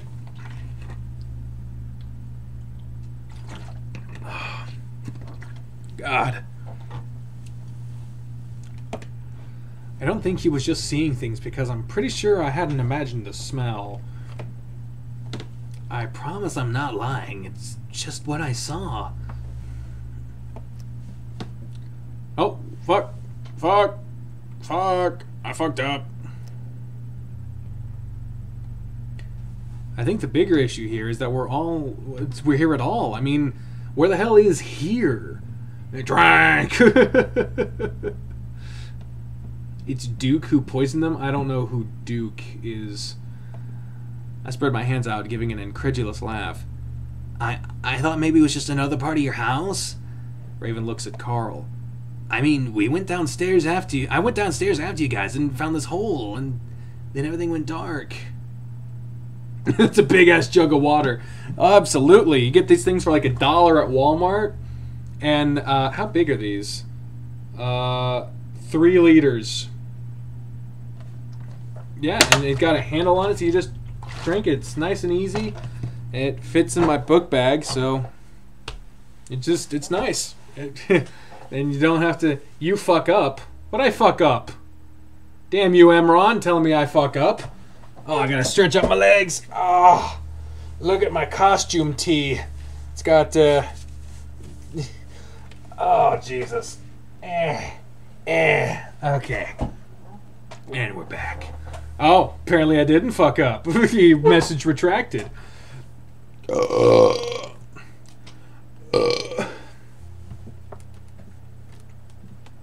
I think they just assumed it was part of Carl's house because, 1, that's where they were, and 2, Carl's house is big. And lavish. Carl looks down. Is this a water advertisement? That's what this whole thing is. My whole channel's been building up to an advertisement for... What the fuck brand is it? Ozarka Water. That's... Oh, Jesus. Carl looks down. Same here. I followed Carl. We both look at Carl, but it doesn't say anything. Instead, just moving past Raven into the large kitchen next to the dining room. I hobble after him, then reach out to lean against the counter. I try to gather my thoughts. Everything still feels dreamlike, surreal, and my thoughts are sluggish. Carl, do you have any idea what happened? I mean, that hole. Did you go there too? Carl sits his hands on his hips, eyes wandering around the room. Honestly, I can't remember anything that happened after the lake, man. Raven casts a sidelong look at me before moving next to Carl. Well, maybe it will just take you a second before you can remember. I don't know. I don't fucking know. I was really confused when I woke up here. I was curled up over there on that counter. Raven points to a marble-top counter under a row of over a dozen pans hanging from a fixture attached to the ceiling. Yeah. Now they can call me a sellout. Yay.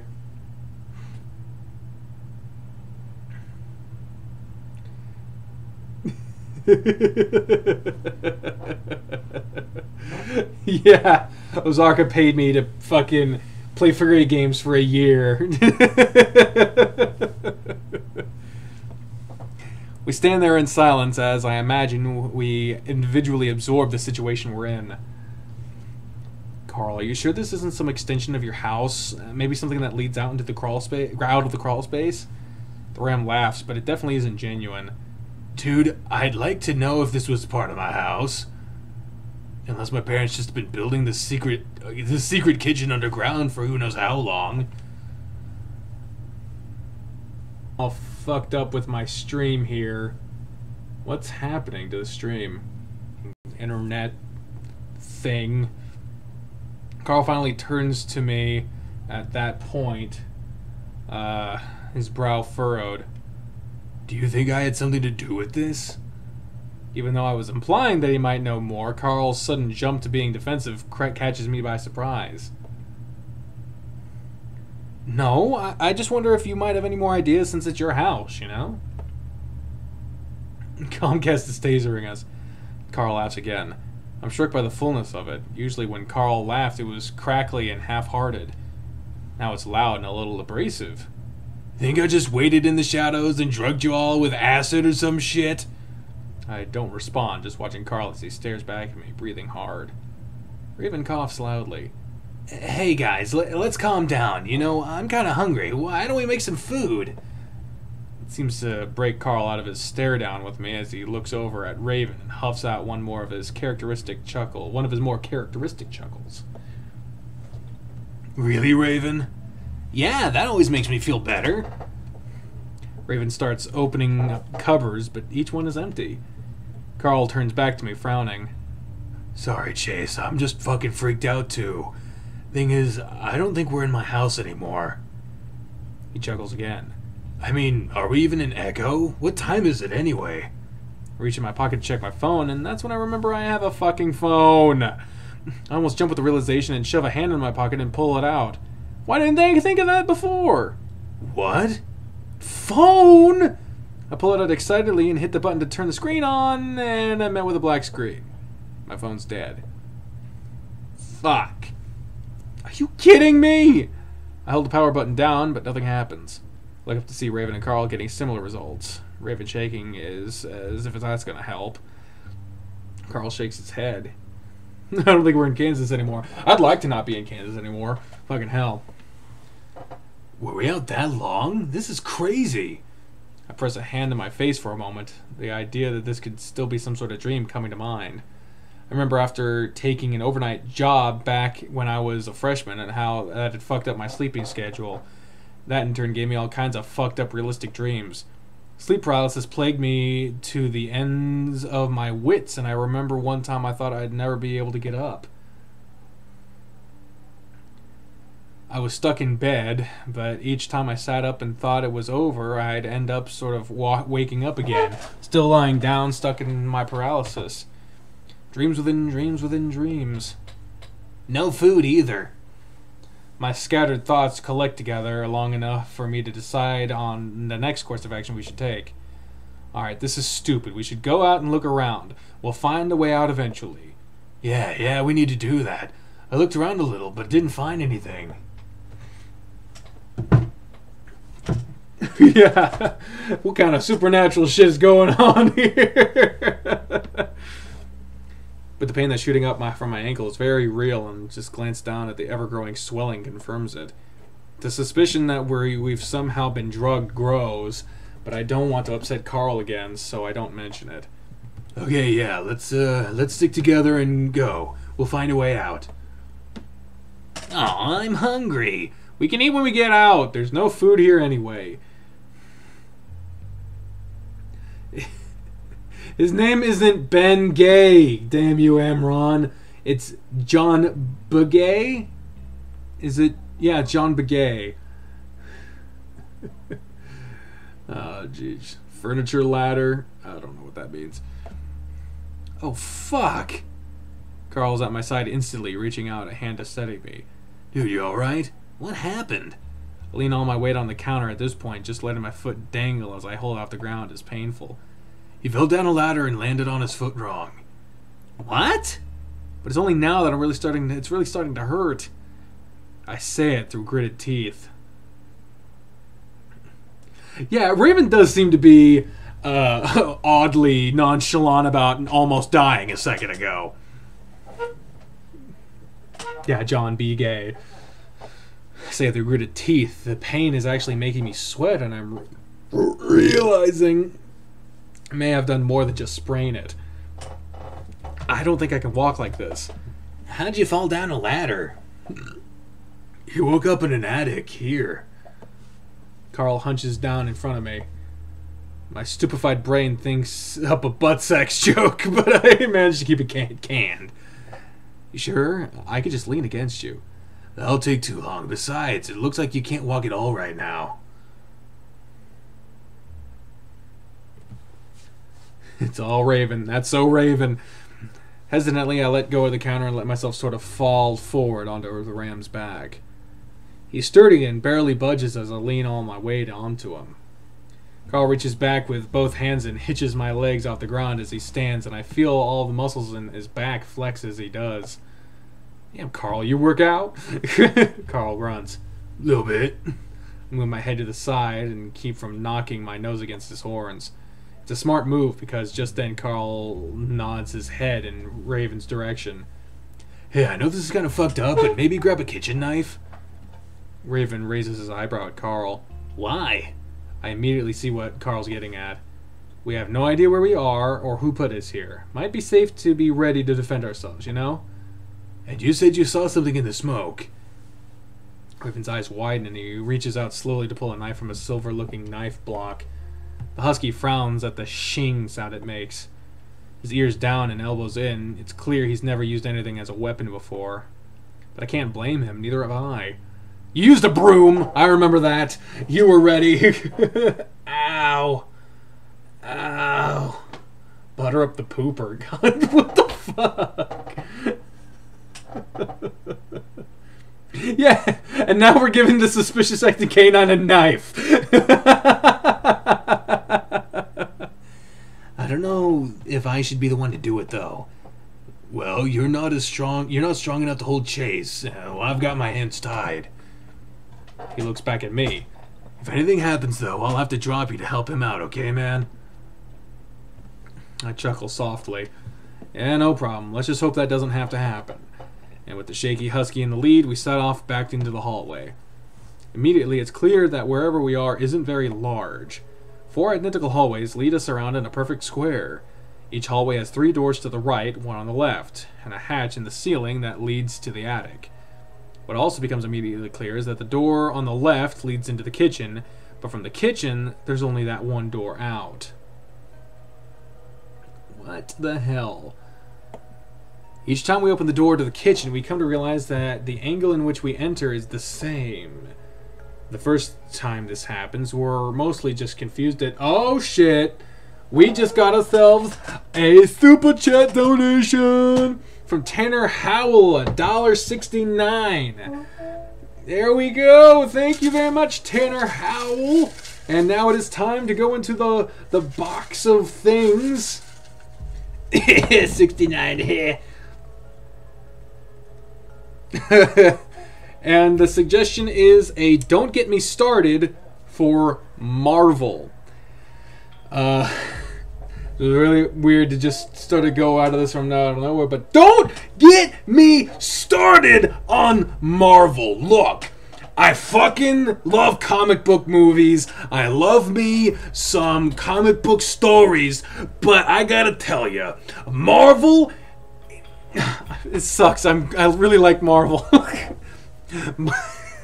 Marvel may have the better characters. Marvel may have the more, the better movies, but they do not have the most iconic characters. When you think of superheroes, you think Superman, you think Batman, you think Wonder Woman. You don't immediately think people like Spider-Man. It's really hard to do a Do Not Get Me Started on Marvel. It's really hard. I don't know who put that fucking thing in there, but I tried. Don't get me started, Marvel. That's what that says, even though you can't fucking read it. Don't get me started, but it's not as iconic as DC. I don't know. Oh, Jesus. That was a failure. That was a failure. It was a failure. The first time this happens, we're mostly just confused, wondering if maybe we backtrack somehow. After the second time, though, Raven laughs. This isn't real. We're on drugs or something. You tried. We're all seeing the same thing? Or I'm just having this dream and none of you are real, eh? The husky's voice is bordering on crazy. That paired with his grin, paired with him holding a knife, is slightly disconcerting. Carl huffs, hitching me up higher on his shoulders. Alright, calm down. Just don't think about it. Let's try the other doors. I'm a little surprised at how well Carl is taking all of this. I wonder if part of it has to do with any of the weed that might be still in his system. We start trying the doors on the right, and this time things are different. The first door opens up to a wall, just an extension of the beige color of the wall surrounding it. We stare at it for a few moments, and the first time I get a deep, unsettling terror in the pit of my stomach. I managed to keep it from rising to the surface, but all of this bizarre imagery combined with the surreal haze is making me feel sick and claustrophobic. Bummer. That's definitely not the way out. On to the next door. Carl chuckles again, and I feel myself clinging to his attempt at humor just to keep myself sane. The next door opens up to what looks like a bathroom. It's definitely not a modern one, though, since it's complete with a pull-down chain from that high tank. We're even gonna stab you in the butt. Butt stabber. Yeah. Well, at least we got all the essentials right. Damn, Carl, you're going hard to make us okay. The next door reveals a room of tools and chains hanging from the ceiling, along with a sawhorse. The walls, though, are lined with wooden planks, and Carl gently sets me against the hallway wall before hurrying in and peering at the wood. Fuck, it's just concrete behind it. I don't bother to ask what the hell is going on again. If he butt stabs you, you're fucked. God damn it, Aura Dragon Knight. I'm just starting to accept that where we are can't be explained. More doors are open, 12 in all. One is completely white and empty. Another contains a frilly bedroom, which is where Carl says he woke up. Further along, we come across what looks like an office, along with a room decorated with sofas and a chandelier. When we reach one of the doors in the last hall, though, something is different. Oh shit. The first thing I notice is the smell. Though it's faint, I can tell it's sweet in the most disgusting way possible. Oh, what is that? Raven holds a hand out to his nose as we approach the second to last door in the hall. This one is clearly damaged. The wood is splintered in the middle, bulging out slightly as if it had been punched from the other side. We all stare it for a moment, the smell growing stronger. Then it hits me. Oh God, do you think? I can't finish covering my muzzle with both hands. Raven, who had been right up next to the door, steps back with an arm up around his face, looking like he's about to throw up. I imagine the smell is a lot worse for him. Maybe we skip this one for now. Carl hesitates, then gently sits me down against the wall again. We need to check every door. This could be the way out, you know. Oh, Jesus. He looks back at me, but I don't say anything, just grimacing at the door. He holds out a hand to Raven. Oh, it's not Halloween anymore. Damn. Well, now I'm just a weirdo wearing a costume for no reason. Knife. After handing it over, Raven takes several more steps back, further up the hall. Press my hands to my muzzle, readying myself to shut my eyes. As Carl turns the knob, I grit my teeth. This room had no illumination, therefore we have to rely on light from the hallway to see inside. As the light from the opening door spreads across the room, I see that it's rather simple. The walls are concrete, peppered with craters and rocks. The floor is smoother, but with webs of cracks on its surface. I can't see the ceiling, but I do see what's hanging from it. Once the door opens completely, there's enough light to fully take in exactly what it is. A noose, frayed and old-looking, but unmistakably a noose. Carl stares at it, then sticks his head in further to look back and forth before stepping back to close the door. Well, what was it? Raven calls from up the hall, his hands clasped nervously together. I notice then that the rotting smell is completely gone now, instead of getting stronger when Carl opens the door. Nothing. Empty room. I see Carl visibly trying to keep his breathing under control as he holds the knife out to Raven before bending down in front of me again. Really? Oh, thank God. Carl trembles as he stands up with me in tow. As the husky moves on to the final door, I lean into Carl's cheek. You okay? Did you see anything? He turns his head towards mine, touching his cheek to mine. Aside from the rope, no. It's hard to say whether or not I believe him, or if he's just trying to protect me from whatever he saw in there.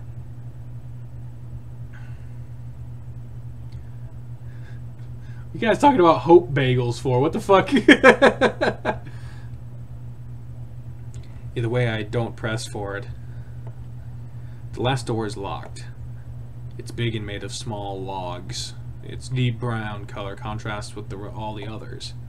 Raven jiggles the handle a few times, and Carl tries to take looks into the cracks between the logs, but it's completely black. So that's it? That's all the doors? I'm starting to feel a certain level of panic again now that we know that we're stuck. Carl, I think, picks up on that and comes over to where I'm leaning against the wall to set a hand on my shoulder. It's alright, man. We haven't checked the attic either. I mean, there aren't any windows like you said. We're probably in a basement or something, right? The reassuring hand feels good, but it's not exactly enough to keep me from feeling a certain level of despair. You wouldn't understand, Decker Daddy. Honestly, I think I'm still dreaming right now. Carl doesn't say anything to that.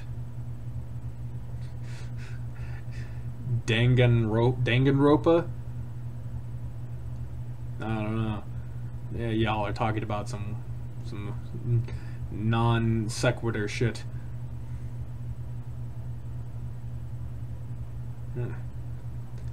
Raven sidles up next to us. Well, dream or not, I'm still pretty hungry. We both glance at Raven like, oh, you! And I can't help but give a little laugh at the grin on his face. I guess, at least for now, it's best to just not think about it.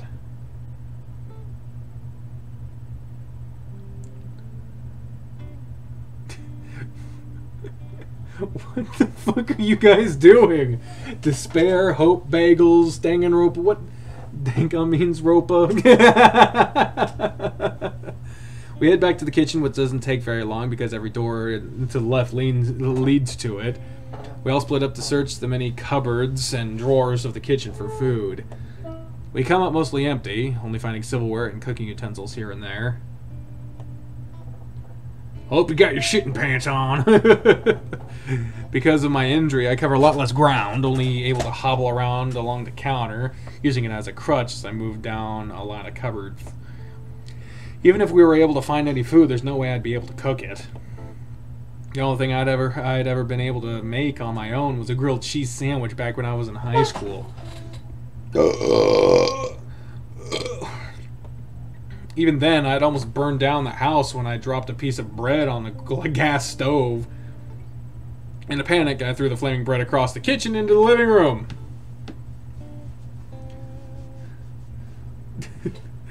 I smile at the memory as I open the last cupboard along the wall, and right in front of me is a block of cheese in a glass plate.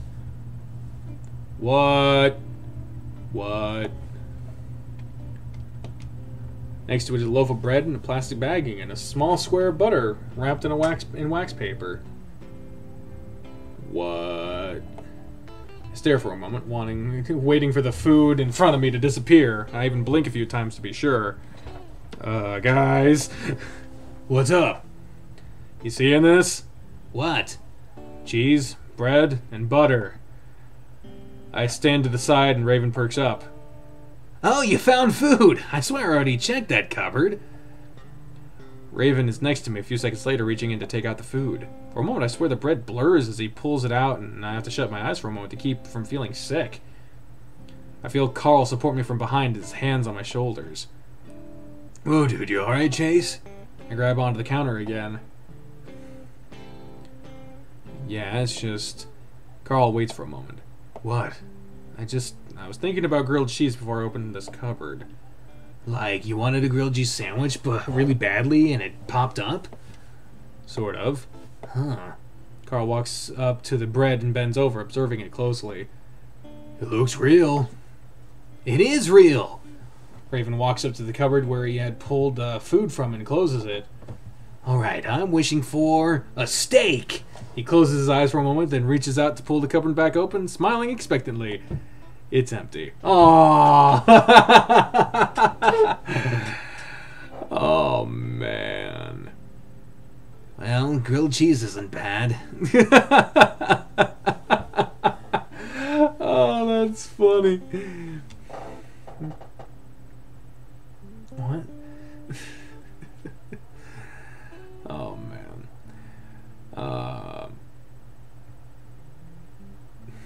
There's a lot of people in the chat talking about Danganronpa, okay. Raven moves back to the counter to grab one of the pans hanging from the rack. Carl moves over to my side as Raven turns the gas stove on with a click, click, click of the igniter. Oh, my leg. I gotta stretch. Oh, I gotta stretch out my legs. Ugh. Okay. Oh, my God. Costume tea.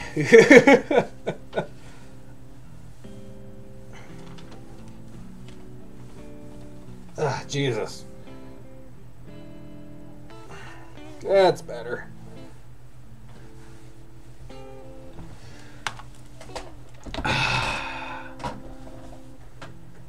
Carl wish to get the hell out of here. That'd be nice. Carl moves over to my side as Raven turns the gas off with a click, click, click. Dude, I think one of the important things to do right now is to stop questioning this place. We just can't make sense of it. I fold my arms. It has to be a dream. Carl puts an arm around me. Maybe, but dude, I'm just glad I'm not here alone. Oh no, my titty fell off. I nod in agreement. Yeah, I don't think I'd be able to deal with that. Let's just take it one step at a time for now, man. I managed a small smile.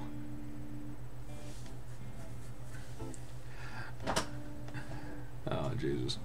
Are you high right now? Carl laughs. Man, I wish. I hear the sizzling of the melting butter as Raven plops it on the pan.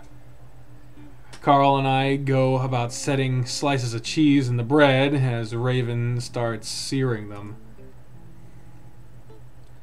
The action of making food is enough to calm me down at least a little, and the other two keeping high-heeled spirits lift mine. Before long, there are 6 grilled cheese sandwiches stacked up on a plate. They look good. They look good! But after the first bite, I almost let the food fall back out of my mouth. What the fuck? Look over to see Carl and Raven pulling similar faces. Oh, it kind of tastes like chalk. You know what chalk tastes like? Yeah, I ate some when I was a kid. He has a point. It's dry and crumbly, almost inedible. Well, still sort of tastes like grilled cheese. Sorta. I don't think this is food. It's not that bad. Besides, it's all we've got. Raven forces another bite and so does Carl. I can't bring myself to do it. My ankle, the smoke, the dead body smell, and the noose. It's all too much for me to deal with right now. I watch Carl and Raven talk back and forth, and I'm again struck by how surreal this all feels.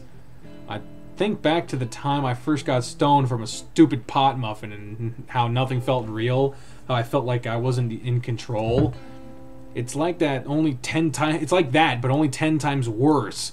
I wonder if the others feel the same. Something ebbs into the surface of my mind, trying to break through the veil of fog shrouding my mind.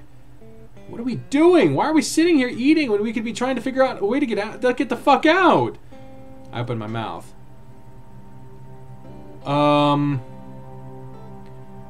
What?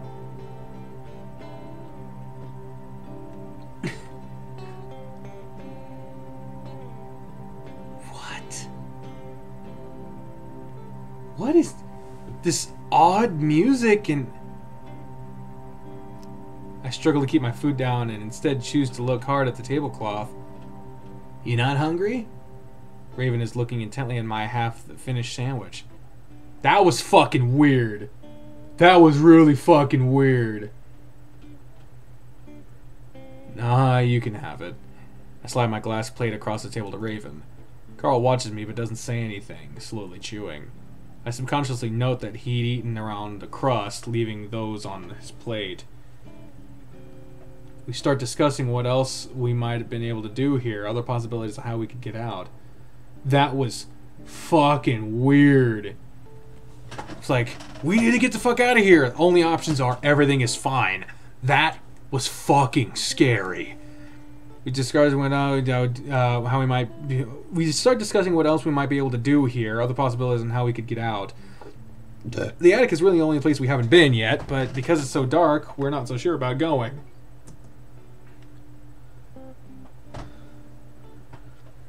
Well, why don't we sleep on it and figure out what we'll do when we wake up? That's a horrible idea. Raven yawns widely. It sounds good to me. It feels like it's been hours. It does feel that way, but without our phones, it's really impossible to tell. This is fucking weird. Leaving our plates where they are on the table, Raven leads us back out into the hallway. It takes us a few minutes to find the right door, considering everything looks identical, though we take special care to avoid the damaged door. As Raven moves into the bedroom, Carl leans against the wall, turning his head back to talk back to me. Hey, we're gonna be alright, okay? I look back at the one green eye I can see and will myself to squash the boiling pit of dread in my stomach. Yeah, like, why is everyone okay with this? Like, what the fuck? This is playing with the concept of choice. And I think that's really cool. I'm gonna take the scarf off. It's a little too warm in here for that. Huh, this is kind of cool. This is kind of cool. I like this. The hat.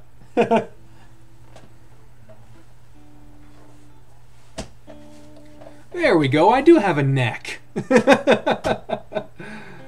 Yeah, why is everyone okay with this all of a sudden? And why were we unable to say that we were worried? I look back at the one, and what was with that music while we were doing it? Squash the pit of dread. Okay, it's just that I can't believe this is happening, you know? I gotcha. I just want you to know that I'll be here for you, okay?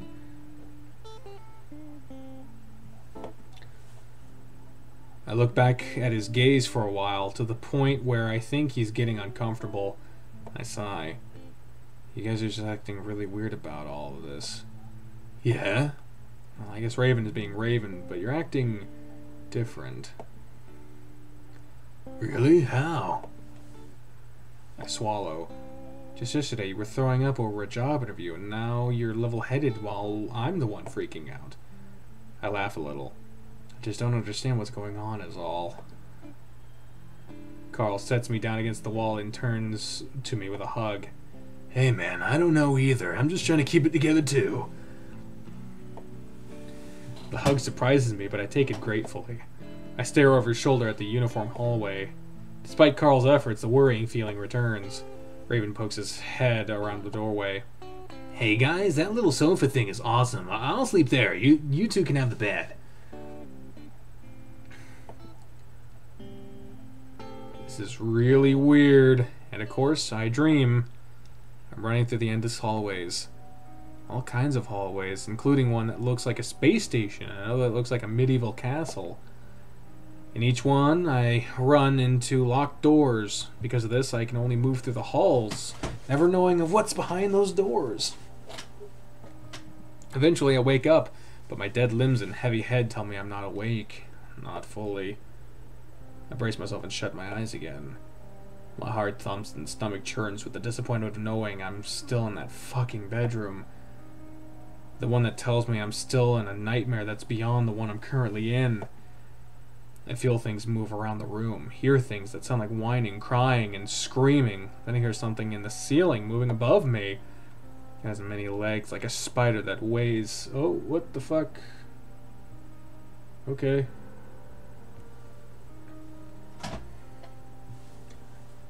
The stream seems to be flickering a little bit right now, so I'll pause for a second.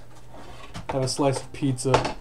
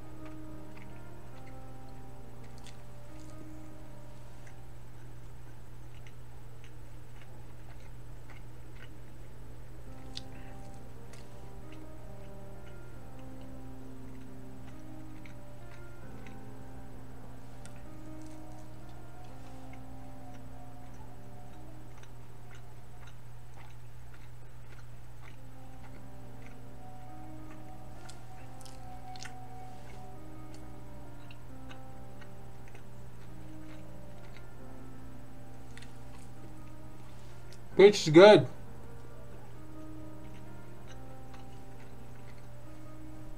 It's a chicken bacon ranch from a local place called Pizza Time.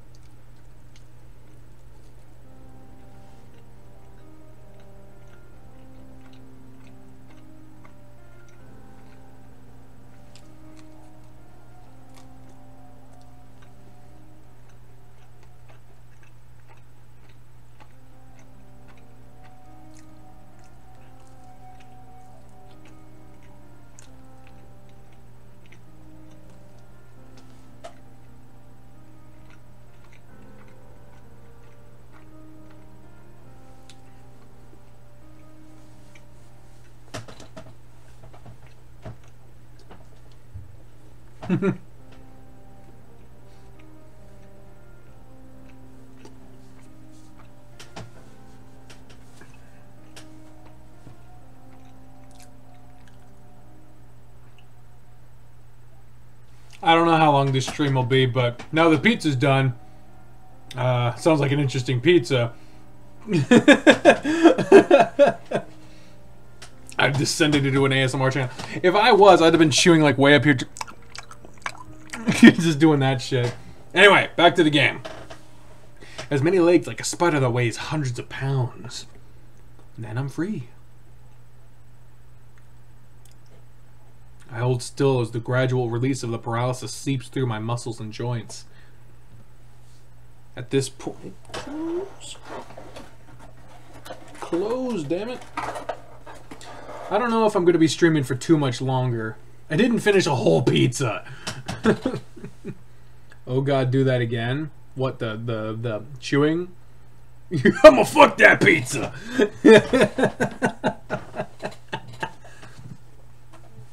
At this point, I feel like I've mostly learned how to cope with the nightmares.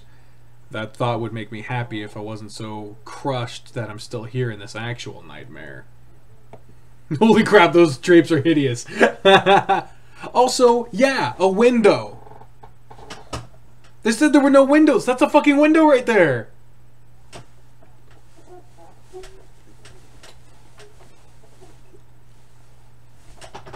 Ugh.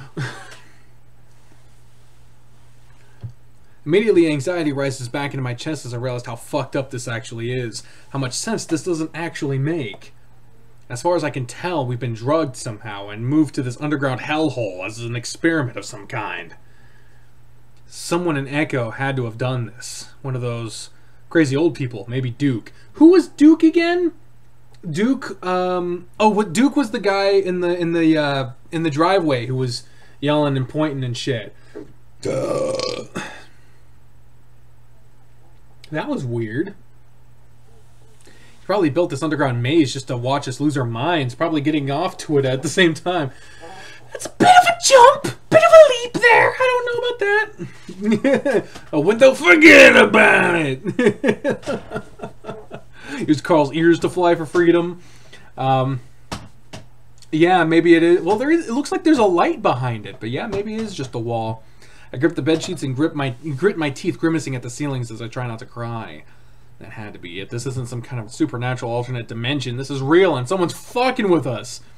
We're probably being watched by cameras that are set up in corners and peepholes right now. The idea sends a shiver down my spine, and I glance to my left, scanning the wall for any inconsistencies. We need to get out of here as soon as we can, and the sooner we start moving, the better. I hear a small whining grunt to my left. At that moment, I look over, and only to find Carl isn't in the bed next to me. I stare for a moment at the tangled mess of sheets on his side of the bed, trailing off the side. Carl? Another grunt, and I hear Carl. At least I think it's Carl. His voice is deep, raspy, and it sounds like he's trying to get on some sort of weird accent that I've never heard him use. My name is Zazzle. What? So I sit up, and that's when I see something white sitting next to the bed. What the fuck is that? Jesus is right. What? I jump and slide back on my ass away from it, almost falling off the other side of the bed. Staring at it a few seconds longer allows me to make out the clear shape of horns under a sheet. Carl is sitting next to the bed with a white sheet over his head, swaying back and forth gently. What the fuck, Carl? I shout whisper out of my earlier exclamation sounding way too loud in this quiet room. Look over at Raven, but somehow he's still curled up on the sofa, fast asleep. Turning my attention to Carl, I jump up again as I see that he's staring right at me. Who would be staring at me if the sheet wasn't in the way? Carl, what are you doing? This isn't fucking funny at all. I push myself off the bed, leaning against it to take the weight off my swollen ankle, now to twice its original size, and stand in front of Carl. I reach out to take the sheet off his head, but I hesitate. The horns, they look bigger than they should be, and the voice is so different. Dating love. Carl, you're scaring the shit out of me. My voice is weak and it cracks at the end as I lose my nerve. Had this place been getting to Carl more than he'd been letting on? But maybe he was just sleepwalking. I remember him doing that when he slept over at my house years ago. Reach out again, more slowly this time, but again I hesitate. I can't shake the feeling that if I pull it off, it won't be Carl. Suddenly, the horned head shakes back and forth violently, the grunting reaching a fever pitch. Shocked, I fall back on my rear, yelping as my ankle is jolted. I lean back on my hands, watching with wide eyes. Shaking so wild, and the sheet starts to slip off the head as whatever it was under the sheet is trying to shake it off. I brace myself, watching as the sheet slides slowly from the horns to reveal it's fucking Carl. What the fuck? What the fuck? What the fuck? What the fuck? Yeah. Hello, Satan. How are you? Get back, demon! Back, demon! Of course it's Carl. He stares back at me with bleary eyes like he's just woken up. I swallow hard. Carl, what are you doing? He's silent for a moment, then finally speaks. I know what to do. Where are we supposed to be looking? Anywhere, but I know it's here. I lean uselessly against the dining room table again, watching them. I'm biting my lip, trying not to lose my cool, trying to absorb everything Carl had just told me. You say James Hendricks himself came to you in your dream, right? Oh, what the fuck? Carl huffs, but doesn't look at me. Yep. And he told you that you had to find something? Carl gets down on his hands and knees and looks under the stove. I know it sounds stupid, but that's what happened. I frown. You know, I had a dream of a giant spider crawling through the ceiling, but that doesn't mean I'm going to be going looking for a spider in the ceiling. No, this was different. I've never had a dream like that before. He stands back up and looks right at me. It felt like he was actually in my brain, telling me. I look back at him for a while, not wanting to tell him he's going crazy, just like I am. Oh, it's kind of vague, just to tell you that you need to find something, isn't it? He told me other stuff. Carl moves closer to me. Hey. Starting to look through the various decorum of the dining room. Like what? I just realized Carl actually has ears. Yeah, I'm a gamer 314. Carl lifts up a vase, then looks inside. So this place is chaos. A leftover memory from the old house. That still doesn't really make any sense. And that he organized it for us into separate sections to help us figure this out and clear his name so we can get out of here.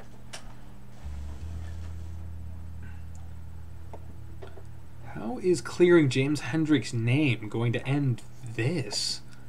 I throw my hands in the air to gesture at everything that this is. Carl bends down to look under the dining room table, then stands up right in front of me. What else do we have to go off on? Hey, I found something weird. We both look over at Raven, who holds up a corkscrew. Carl turns back to me, ignoring the husky. If we find it, that locked door will open, and we'll be able to get out. If he's here, why doesn't he just show up himself and do this for us? He said he's weak, that there are other forces in this house that have more control than he does. He can only do so much. I gape at him. Do you hear yourself right now? Carl frowns, then moves past me. What does his name even need to be cleared of?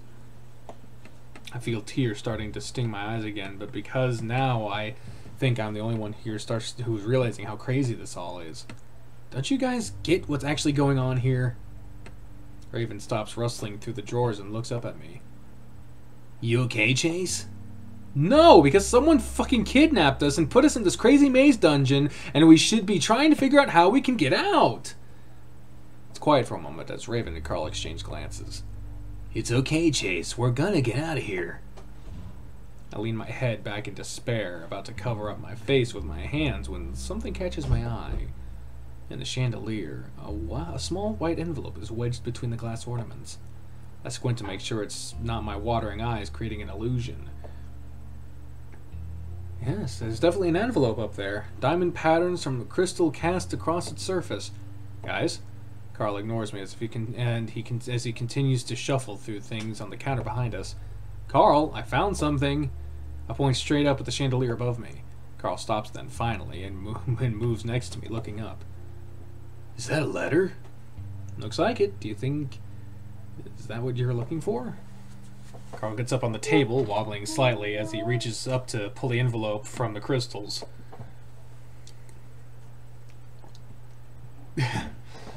With a heavy thump, he drops back down to the floor. I'm still skeptical of everything right now, but as I get a closer look at the letter, I think I start to recognize it. It kind of looks like the same envelopes your mom collected. Carl picks up the envelope, turning it over. Kinda of. Why write kinda and of? It's kinda or kind of. Fuck.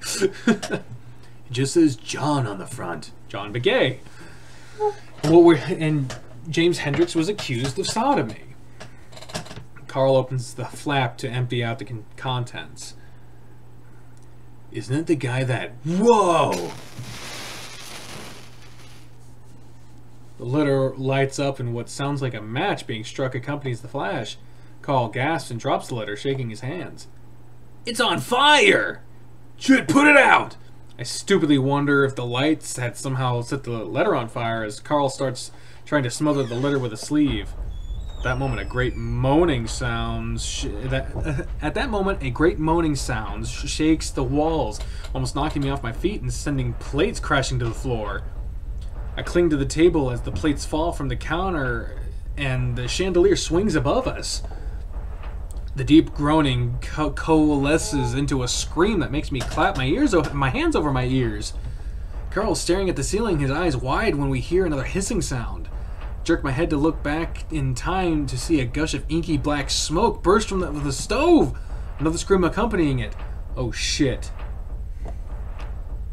I don't know if Spike DeLucario is here at Seahooks. It rushes straight towards us, and just for a moment I see the outline of what looks like a mouth and eyes in the smoke before it engulfs me. My senses are completely smothered. It feels like something is slamming up against my chest and all the air is gone to be replaced by unbreathable smoke. Its consistency is like water filling my ears and eyes. I scream into the emptiness, but I can't hear myself over the cacophony that sounds like rushing water mixed with the muffled screams and explosions. I fall to my knees, then curl up on the ground into a ball, just praying that the savage thing killing me would stop. Just as I'm starting to give in, something grabs the scruff of my neck hard and yanks me up so violently that my teeth clack together. The fingers are unmistakably hooved. The letter, you fucking idiot. Then I'm shoved forward and find myself laying flat against the dining room table. Completely blind, I feel around before finding the letter. I clumsily rip the envelope apart, grabbing the letter inside. Then, like a massive vacuum being turned on, the smoke is sucked out of the room along with the horrible screaming and roaring. In an instant, the room is quiet again, and I slump back to the floor, gasping for breath. Carl is right next to me, curled up in the same position that I was. Raven is whimpering, his face in his hands and his rear in the air. Carl coughs a few times, wheezing in air before he looks at me and the envelope clutched in my hands. What the hell just happened? Are you okay? I can't respond. What the actual heck? I lean back against one of the chairs tucked under the table for a moment, gathering my wits. Carl? Yeah? I that James guy tells you anything else, just tell me and we'll do it. Carl breathes heavily in response. Raven, you okay? Raven sits a few feet from us on his knees, tongue hanging out as he gasps. Good, good. You know, that's what I saw yesterday. Yeah, I gathered that. I gave a short, humorless laugh. That, and also that I'm done asking questions. I just want to get out of here.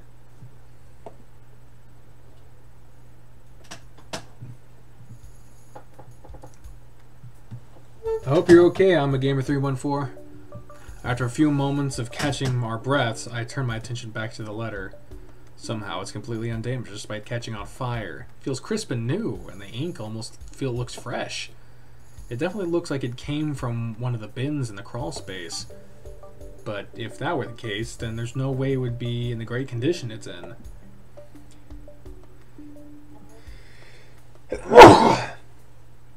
The letter itself is short, and I start to read it aloud.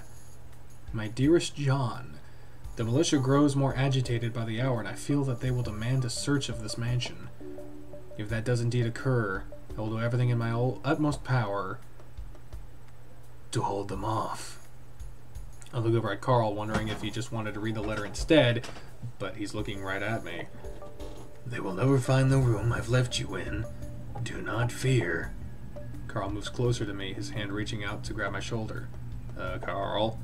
But if they so much as try to lay a finger on your head, it will be the last thing they ever do. Before I can even move, Carl leans in and kisses me. What the fuck? What the fuck? What the fuck? I'm just able to get a glimpse of Raven's shocked faces before I'm practically smothered by Carl's soft, warm nose and lips. I freeze, my shoulders tensing. It's not that I'm enjoying it, it's that the kiss was so unwarranted. I'm not sure how long it lasts, but I never make a move to stop it. When Carl does finally pull back, it's awkward, and he's looking just as confused as I am. Raven sits there, openly staring at us. Carl lowers his ears, his nose growing pink. Sorry, I don't know why I just did that.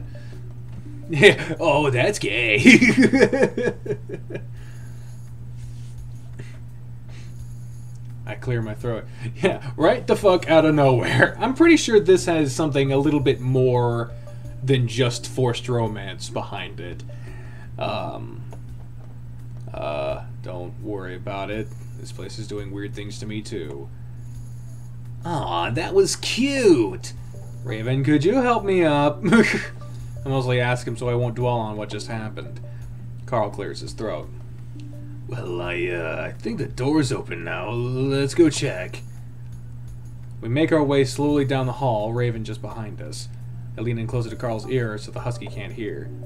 So, was that really you, or did your great whatever take control again? I don't know. I think I was still in control. Just felt like the right thing to do, you know? It looked like you already knew what the letter said. Yeah. I wait for him to go on, but he doesn't. Well, what does he need his name cleared of anyway? Being gay? I don't think people care about that stuff anymore. No, we already sort of knew that. Besides, that was basically a love letter. So, what is it that he thinks ruined his legacy? Carl thinks. I guess the idea is that he allowed his lover to die. I think people believe that he sort of just left John to die. Didn't really try to save him.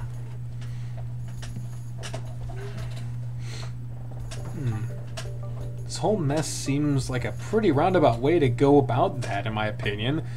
But like I said earlier, I'm done asking questions.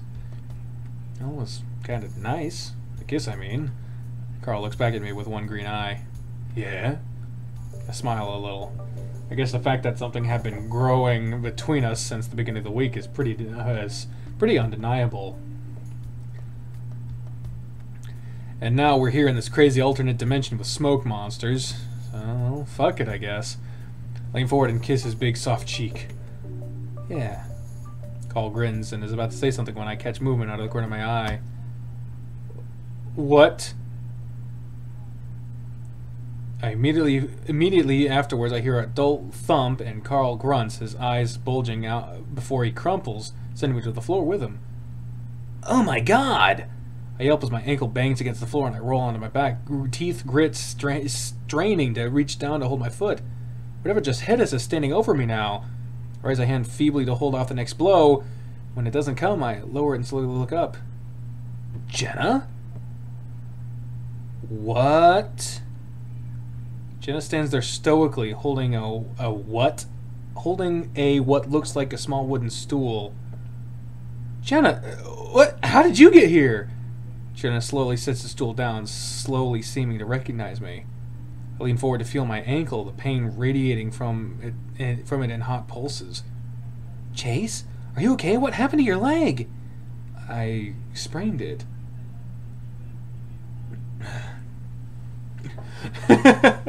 Accused of sodium.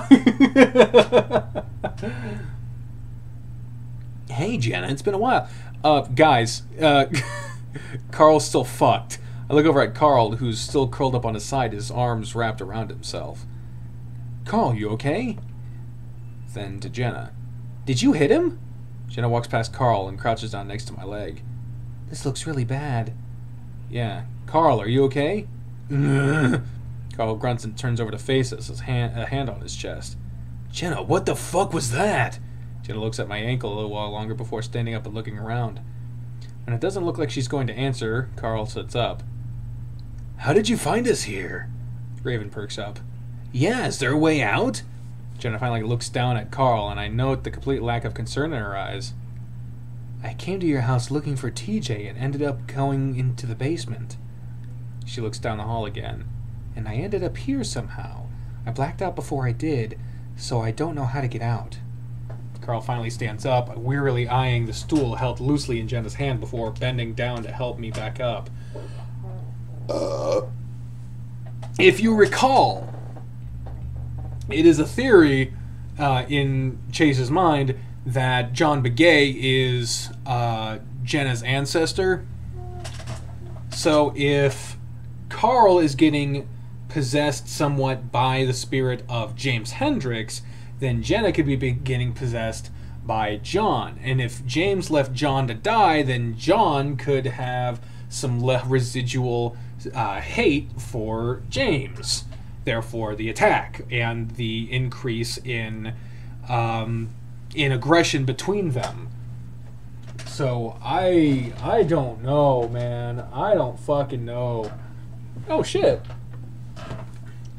Hey, Seahooks, remember this? Oh, Jesus. Thing's creepy as shit. Your leg okay? He grunts into my ear as he slides my arm over his shoulder and slowly pulls me back up onto his back. Mostly. I think I kind of twisted it up again. Carl grunts again and turns back towards Jenna, now with me on his back. No, that's pretty fucked up. Just blindly swing at someone around a corner. No, what's fucked up is waking up in a place you have no memory of going to. Jenna's sharp muzzle points right at Carl, glaring. Carl stutters for a moment, clearly not expecting to have Jenna snap back at him. Hey, this isn't my fault. We have no idea where we are at either. Sea Fox, you got it. Why are you guys fighting? Raven looks innocently between the two of them, his ears perked. It's a good question, and I watch Jenna closely from over Carl's shoulder. She just glares at Carl, arms folded. Did she blame him for this somehow? After a few seconds of awkward silence, Carl speaks up. Well, you hit me for one. I don't know why you are so mad at me. Jenna looks back at Carl, and I see the tenseness in her shoulder slowly loosen. I'm sorry. I'm just a little uptight after waking up here. Hey, you're taking it better than us. Chase was freaking out for hours. I give Raven a side glance. Well, things have been going crazy since you two left the lake. Like us ending up in this fucking nightmare dimension? Not just that. Jenna sets a stool down on the carpet before sticking out her forearm. That's when I see the crusted blood in her fur in the form of 3 long lines. What the... TJ attacked me. What? That sentence just doesn't seem to fit together. TJ attacked? Why? I have no idea.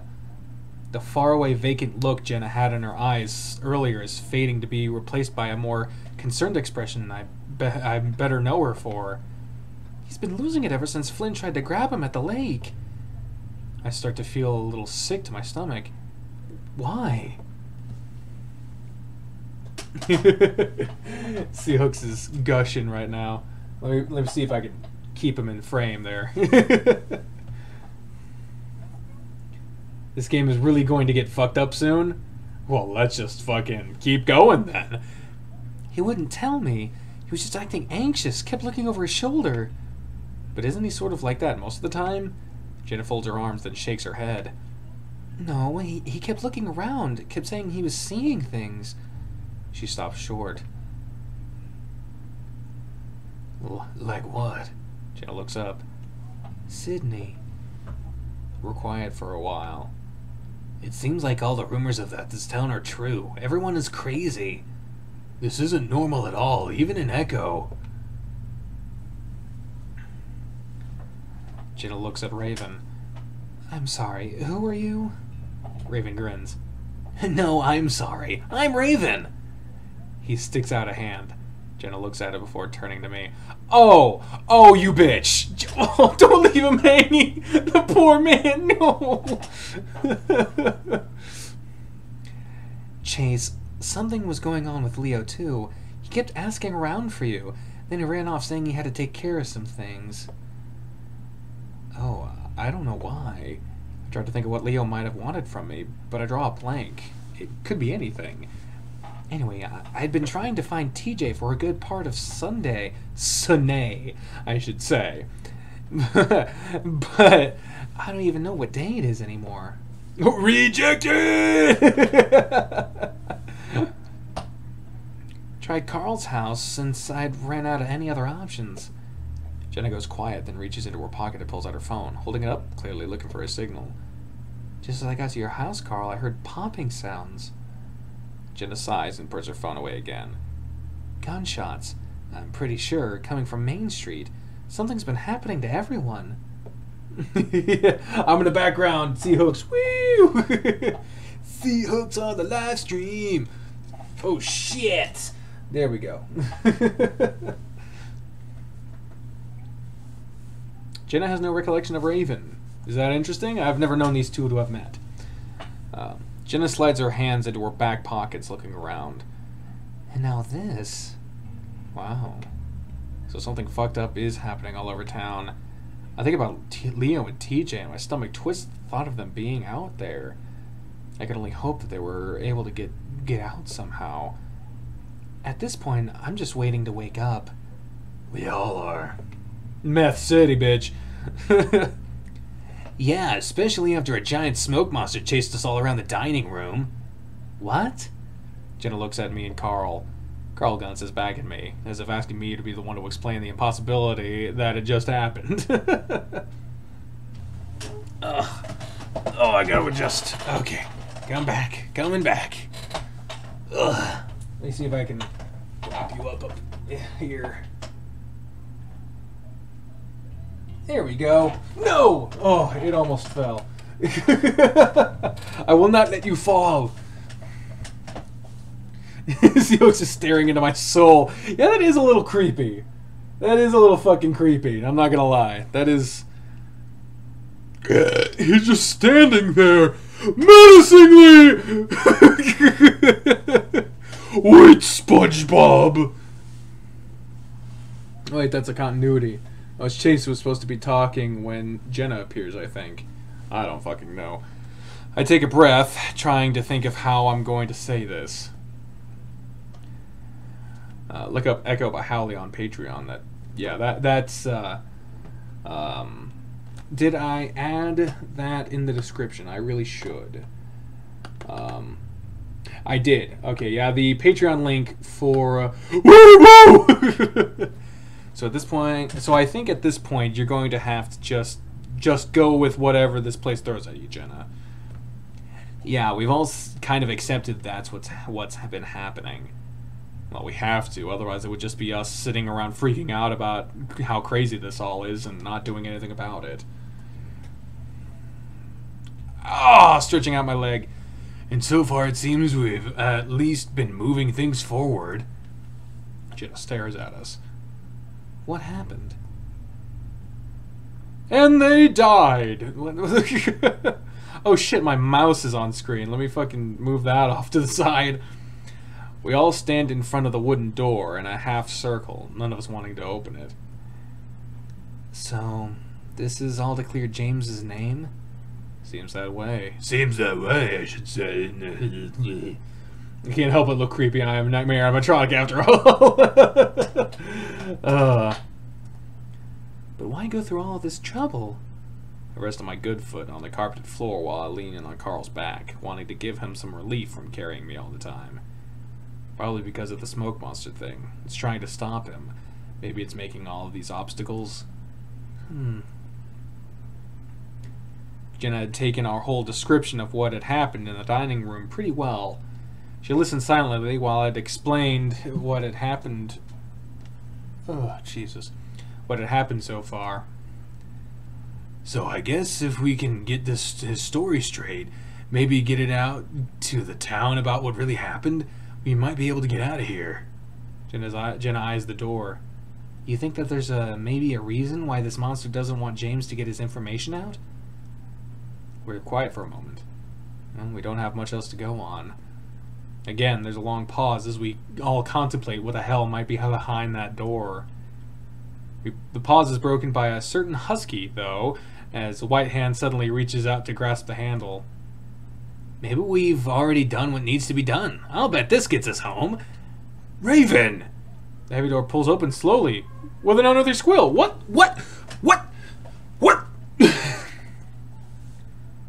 For the brief moment that I am conscious, I see a black square in front of me that grows in size until it takes up my whole entire vision. What? The muscles of my back and neck seize up and my teeth clench together as my head jerks back. And then I'm falling. What? What if the smoke monster is John? Maybe. There's a rhythmic throbbing in my head. It's hard to decide if it's coming. Yeah. Ooh.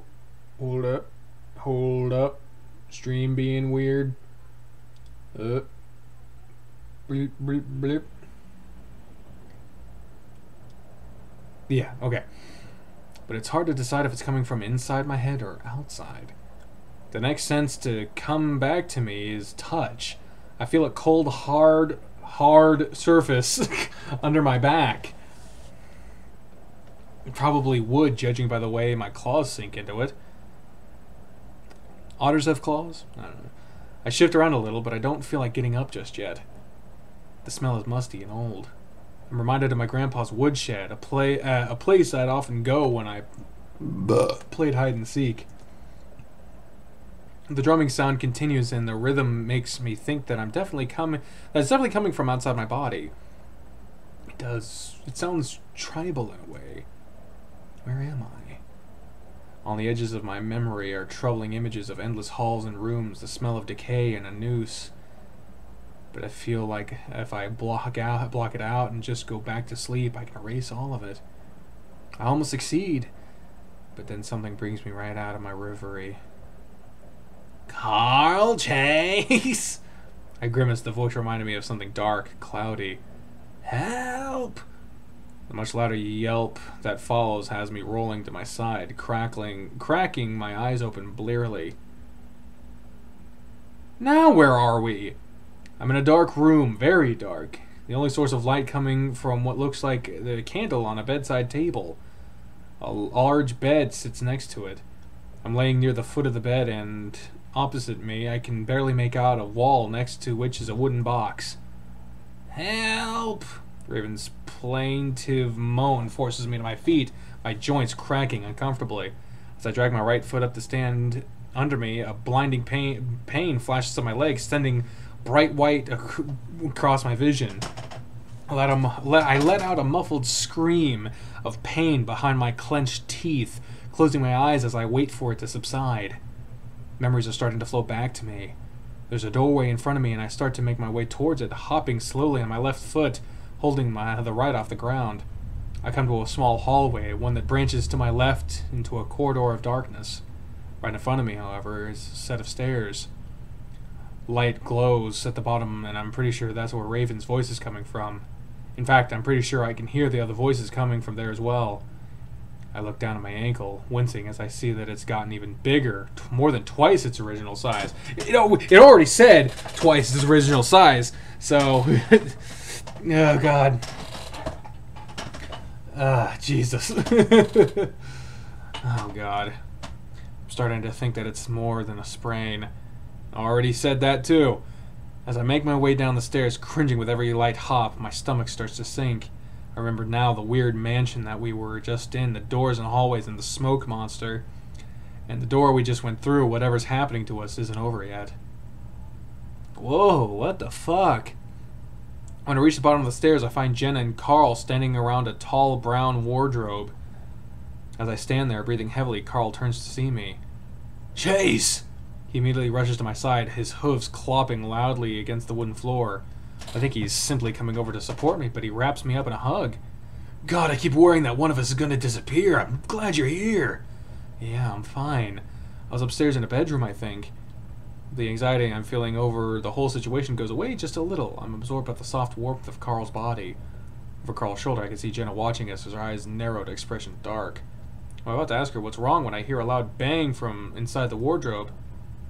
Guys, are you still there? I think something touched me. Jenna turns back to the wardrobe, silent for a moment, then bends down to look at something. Guys? I hear a metallic click, then Jenna jumps back as one of the doors swings open and a black and white blur falls out like a rock. Raven's face plants neatly into the wooden floor. Ow! He stays there for a moment, moaning into the planks before Jenna bends over to help him up. Are you alright? Yeah, I just felt like something grabbed me. I look back up into the wardrobe to find a very bare and empty wooden compartment. I'm inclined to believe him, though, after everything that's happened. Where are we? It's a good question, and now with the excitement over, I take the opportunity to look around as well. Everything is wooden, the walls, the floor, ceiling. There's a large rug on the floor covered in colorful patterns and shapes. It reminds me of the art projects we do in elementary school when learning about the natives. There's a big stone fireplace and 2 rug-covered chairs in front of it. Jenna gingerly shuts the wardrobe. So, a log cabin.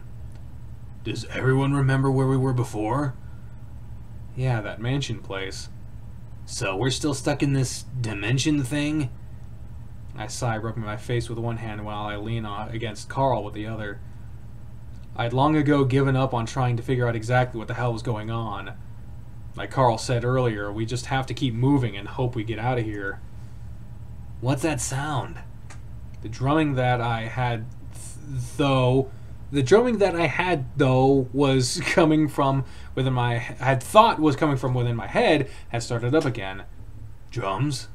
The husky moves towards the wall, which consists of several logs stacked horizontally on top of each other. I can't see anything. The cracks are filled with stuff. I look around again, this time move more carefully. Right in front of me is a large log door, not unlike the one we initially came through. On my left side, separated by the stairs, is what looks like the kitchen side of the room. In it, there's a small table with 2 chairs on either side. There's also a big black wood-burning stove next to a few shelves which are full of pots and pans. Various tools and furniture clutter up the rooms.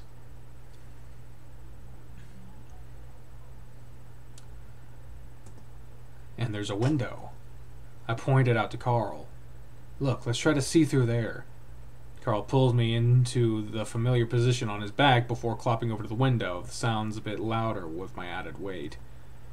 Jenna and Raven follow behind. There's a ledge next to the window, thankfully, and Carl lets me onto it. I turn to look out the window while the others crowd around me, resting their hands on the wooden bench. The first thing I notice is a flickering light in the distance, about 100 yards away. It casts out across the ground around it. Shadows from rocks and bushes dance about with the movement of illumination. It's definitely a fire. A large one. Probably a bonfire. The blackness around the fire is unnatural, though. It's just like what I saw through the windows in the mansion. We didn't fucking have windows in the mansion. Or maybe he means Carl's house. Like, when we were looking in the window of the crawl space or something? I don't fucking know. It's inky and thick. It has the impressive air of almost being alive. Maybe this is just a tie-in to Bendy and the ink machine, for all I fucking know. No other light comes from what I presume to be the sky, that fire being the only signal that anything exists outside of the cabin. A fire, Raven says redundantly. The drumming, it's coming from it. Carl reaches out, but his hand looks to immediately press against something. I reach out too and feel a solid flat surface where a pane of glass might be set up, but it's clear there's nothing visible there. Observe, accept, move on. Hey, look. I looks up in time to see something dark flash across the fire. It disappears into the darkness to the right of the flame, though. What was that? Maybe it was a tumbleweed or something. No, it was jumping, whatever it was. I feel it prickling along my neck, and now that I'm not really into the idea of just staring out into the darkness. And then it happens again, and I see what Jenna is saying. The dark shape starts at the left side of the fire before passing in front of it.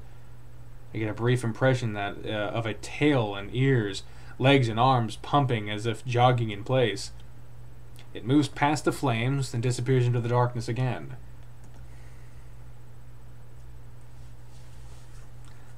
Something's out there. We continue to watch, but the drumbeat dies down, and after about a minute, it's clear nothing's moving around it out there anymore. What was that? Well, Carl glances at Jenna. The drumbeat sounds kind of native, don't you think? He's clearly waiting for Jenna to confirm. Maybe. There's an awkward silence before Carl coughs. Well, let's think. We weren't able to get out of the mansion until we found that letter, right? He looks at me. Yeah. I respond automatically. Well, if that's the case, then maybe we have to find something in here, right? I guess that would make sense. But what were we supposed to find? Another letter? Yeah, didn't someone tell you about finding something that would open the door? Yeah, and it makes sense that whoever set this up would do it in the same way, right? I sigh and stop staring at the window, my back sore from the twisting motion. I sit straight up on the bench and look back into the cabin. Well, if we're supposed to find another letter, there's a bunch of places to hide it. Maybe we should try the door first. Jenna walks over to the door and looks it up and down before reaching out to slide back a rusty bolt. To my surprise, it moves with only a little resistance. Are we sure we want to go out there? I mean, we don't know who that is running around. Jenna hesitates, then heaves back on the door, but it doesn't bulge. Bulge! Good night, Kyle. I'll keep this a secret, thank you. Good night, man. Oh, God, my leg. Stretch. Yeah. But it doesn't budge. Not moving an inch. Fucking wires. Jenna sighs. Sayonara. Raven bounds up next to Jenna before enthusiastically yanking on the handle as well. Again, the door holds fast. Of course. Bulge. Oh, jeez. Jenna stares at the door for a moment before turning to us.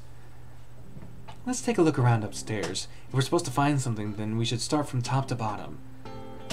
Agreed. Carl bends down to pick me up, but I rest upon his shoulder. Wait, I don't want you to have to drag me anywhere, everywhere, let alone up and down the stairs. He stops mid-stoop, his face level with mine as he looks at me. You sure? I don't really want to leave you down here alone. As I look back at him, I can't help but note the differences that I had noticed earlier. His face has harder lines, his fur duller, eyes somehow deeper, wiser. You alright? I break out of my trance and blink. Yeah, I'll just stay down here and look around where I can. Jen and Raven are already making their way up the stairs. Raven going about on how his family used to have their own log cabin. Ew, so cool. This isn't porno music. What pornos have you been watching? Alright, but shout if you need anything. I smile. At least I feel like some parts of Carl are still familiar. After the ram heads upstairs, I lean back on my little bench, letting my head tilt back as I close my eyes. Even in this new environment, everything is still feeling surreal. I've come to welcome the feeling, though. There's a nice little barrier to everything that's happening right now. In some ways, I can still pretend that this is still a dream. Hell, even now I'm thinking it's a dream, that I'm somehow stuck in one of my paralyses. Maybe I'm in a hospital right now and they're trying to figure out how to pull me out of it. That thought has me feeling like I'm being watched and the fur prickles around my neck. I guess it would be kind of awkward if all those doctors are just watching me right now. Maybe Carl and Jen are there too, and Leo and Flynn and TJ. The feeling gets stronger, so I turn back around to look out the window. It's still silent, and a lonely little flame is in the distance, continues to flicker around the rocks and sagebrush. It makes me wonder how endless this world is. If we're in some type of ghost dimension being manipulated by what are basically ghost gods, then will this whole ordeal be never-ending? The thought twists my stomach up, so I stop thinking about it. I turn back around and force my eyes to start scanning the kitchen from top to bottom, looking for something, anything that might stand out. I assume I'm looking for a letter. But again, if the rules are limitless in this world, and there's no telling what it might be that we're supposed to find next. I think about vocally asking James, or whoever the hell it is, for some help. Maybe some kind of hint at least, but there's no way I'm going to get it without the others with me. I'm thinking about pushing off the bench to start limping around the kitchen when a small scratching sound catches my attention. I hold still, then lean back, tilting my ear towards the sound. It's muffled and a bit distant, but it's coming from directly to my left. Is it happening on the outside of the cabin? My fur prickles and I think about calling Carl. I can hear the three of them stomping around, talking to each other in muffled voices from upstairs. I turn around again, this time a little more tentatively. The dancing bonfire continues to glow quietly, no other movement aside from the shadows. This time a rustling sound comes from the same spot, and I instinctively turn my eyes in its direction. Carl? I raise my voice only a little bit, but their conversation carries on upstairs as if I hadn't said anything. I look up at the ceiling, then back at the window. The rustling sound continues, this time in earnest, as if something's twisting around in the brush. It's coming from just out of view of the window, right at the base of the house. I hold my breath and lean forward, stretching my neck to get a better angle and peer down into the darkness.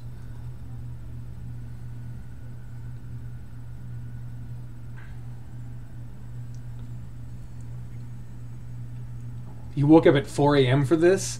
Goodness gracious. Goodness gracious. It's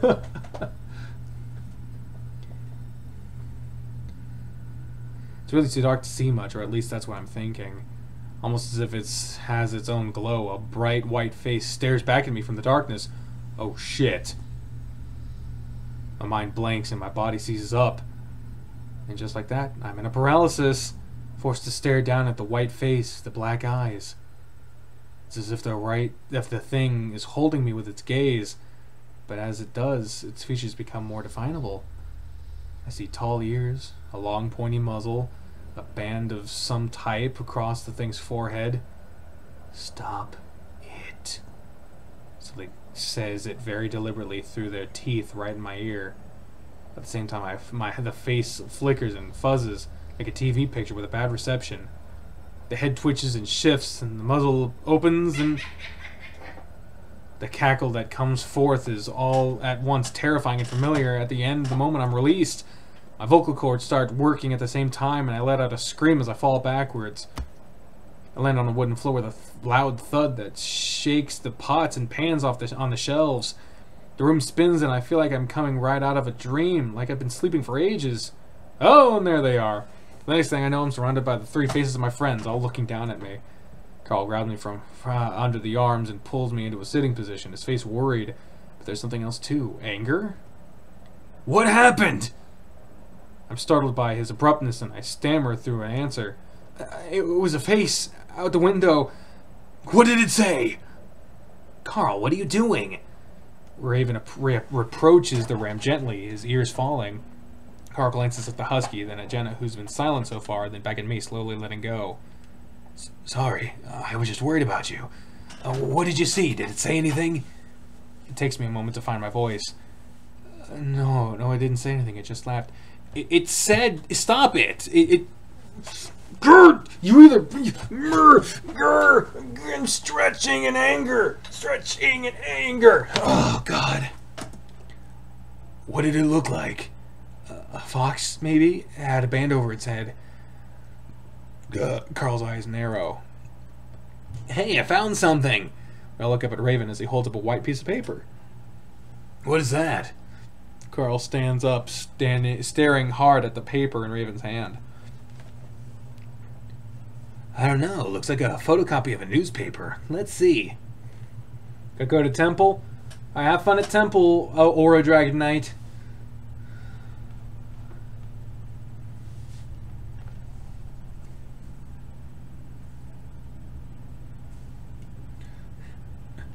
Oh man, that's very flattering, Jamesaur Sheeb. Shibe or Shibe? Shibe. I'm flattering that you got the notification and bolted out of bed. It's touching. Raven turns towards the candle sitting on the desk. Jenna stands behind him. Meseta boy missing after. Whoa! Raven flinches back as the paper catches fire, illuminating the entire cabin room. Again? Her shadows dance across the log walls. The paper, which Raven had dropped, flutters to the floor, a tongue of angry flame eating it up completely before it hits the floor.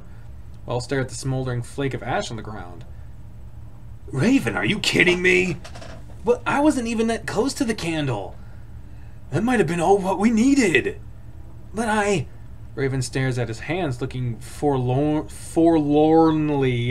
between them. With the... God, I didn't mean to do that. I didn't mean to do it. Shibe. Shibe.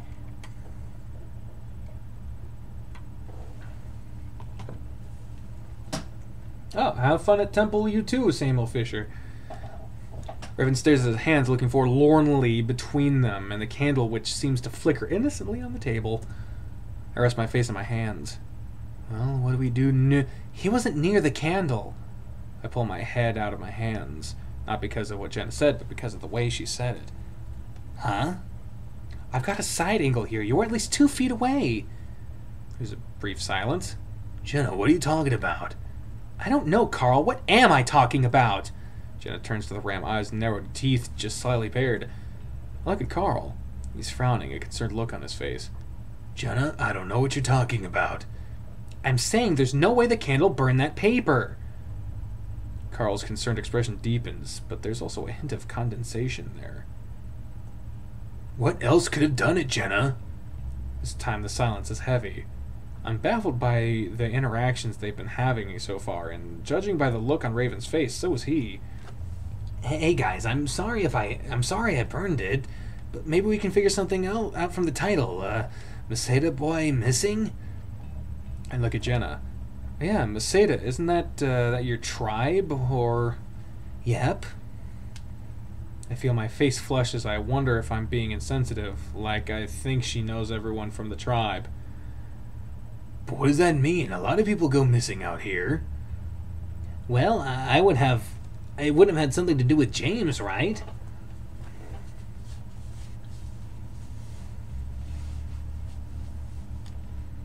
How do we know that? I look at Carl. Are you okay, man? You've been acting really weird ever since we got here. I think we're all acting a little different after getting here, don't you think? Carl glances at Jenna. Are we fighting again? Staring at the ash on the ground, something I should have realized earlier suddenly hits me. Wait a minute. That newspaper, it kind of looked like something that came out of one of the crawl space tubs. What do you mean? I was looking through some of the artifacts that Carl's family saved from way back when for the project I was doing. It seems like years ago at this point. I snapped my fingers. And some of the stuff was missing from it, like pages ripped out from Carl's mom's notes that had photocopies of old newspapers. So was that just a clipping from the notes? Maybe. I don't know, but John was native, so maybe it has something to do with him? I think back to the small fox I saw through the window, the band across his forehead. Was that John? So the ghost just ripped out the pages to show you in this nightmare world? Why didn't he just point them out to you in the real world? I don't really have an answer for that. Then we wouldn't have to be going through all this shit right now. Ghost rules? Raven shrugs. And what if that was our key to get out of here? Well, they can't just leave us here, right? We don't know anything about where we are or what these things are capable of. So what now? We just sit around and wait for something else to happen? Carl suddenly laughs. Well, I'm gonna look around some more. You guys do whatever you want. Again, I'm taken aback by Carl's demeanor. I've never seen him act like this before. Did Howie type the script at 3 a.m.? It's like he's a different person. A different person, eh? Wonder what the fuck that means. Without another word, he turns on his hoof and walks away.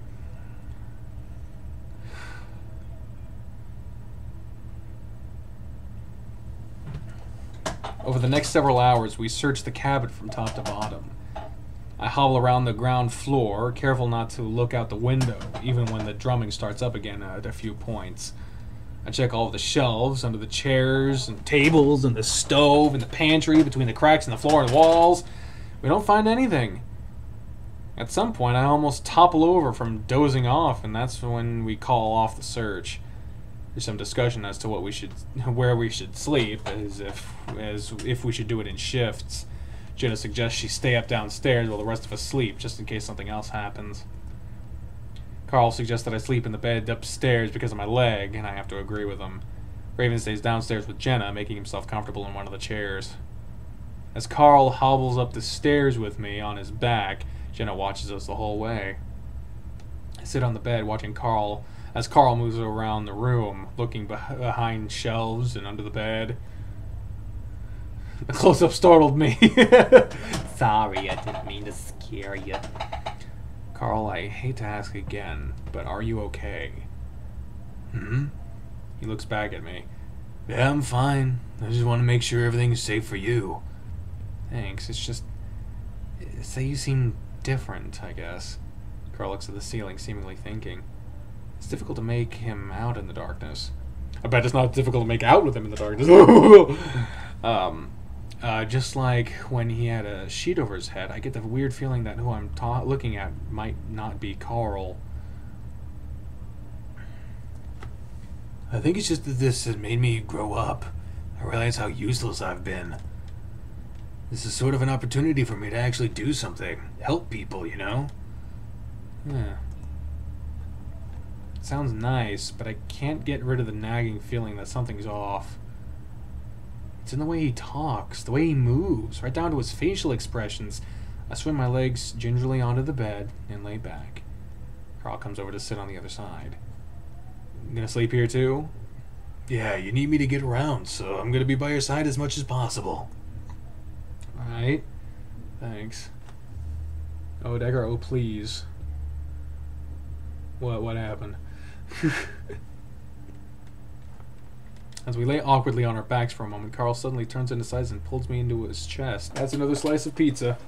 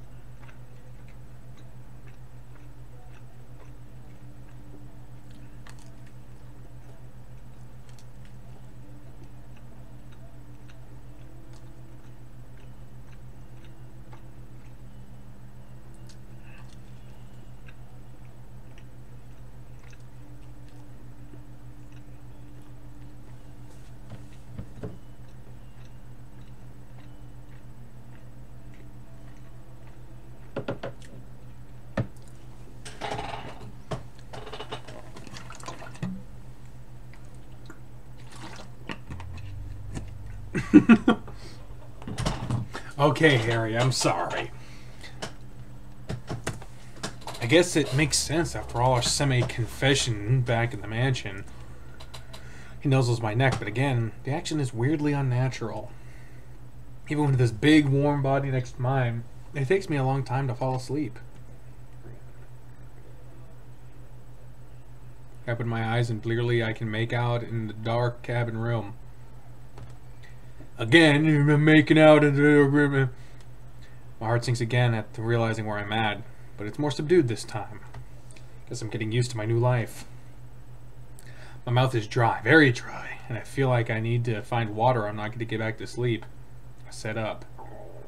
Carl's moved back to his side of the bed at this point, lying out on his back, snoring. Quietly, I got out of the bed, wincing at how creaky the floorboards are. I make my way down the stairs, eyes adjusted to the point where I can barely make out the ledges.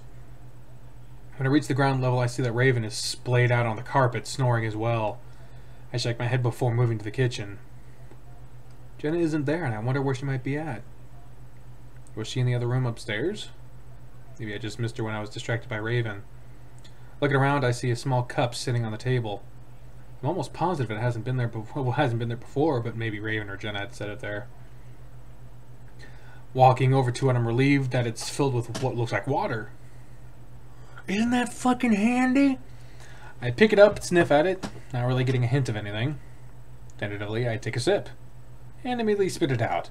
It's salty, putrid. It tastes like a jump and some sort of liquid, and some of the liquid splashes to the floor. Gingerly, I set down the cup, looking into the opposite room. Everything's still in the other room. I can't even hear Raven snoring anymore. This time I see the wardrobe move, the door specifically. I stare wide-eyed. Everything falls still again, but I don't know her move. Jenna? I whisper loudly. Jenna! Hey! It wouldn't make any sense why she'd be in there. But who else would it be? Ghosts, of course. Of course! I'm about to take a step forward towards the stairs, maybe. Or at least to wake Raven up. That's when the small door cracks open. I freak. Icarus 3325. I've been streaming for 3 hours.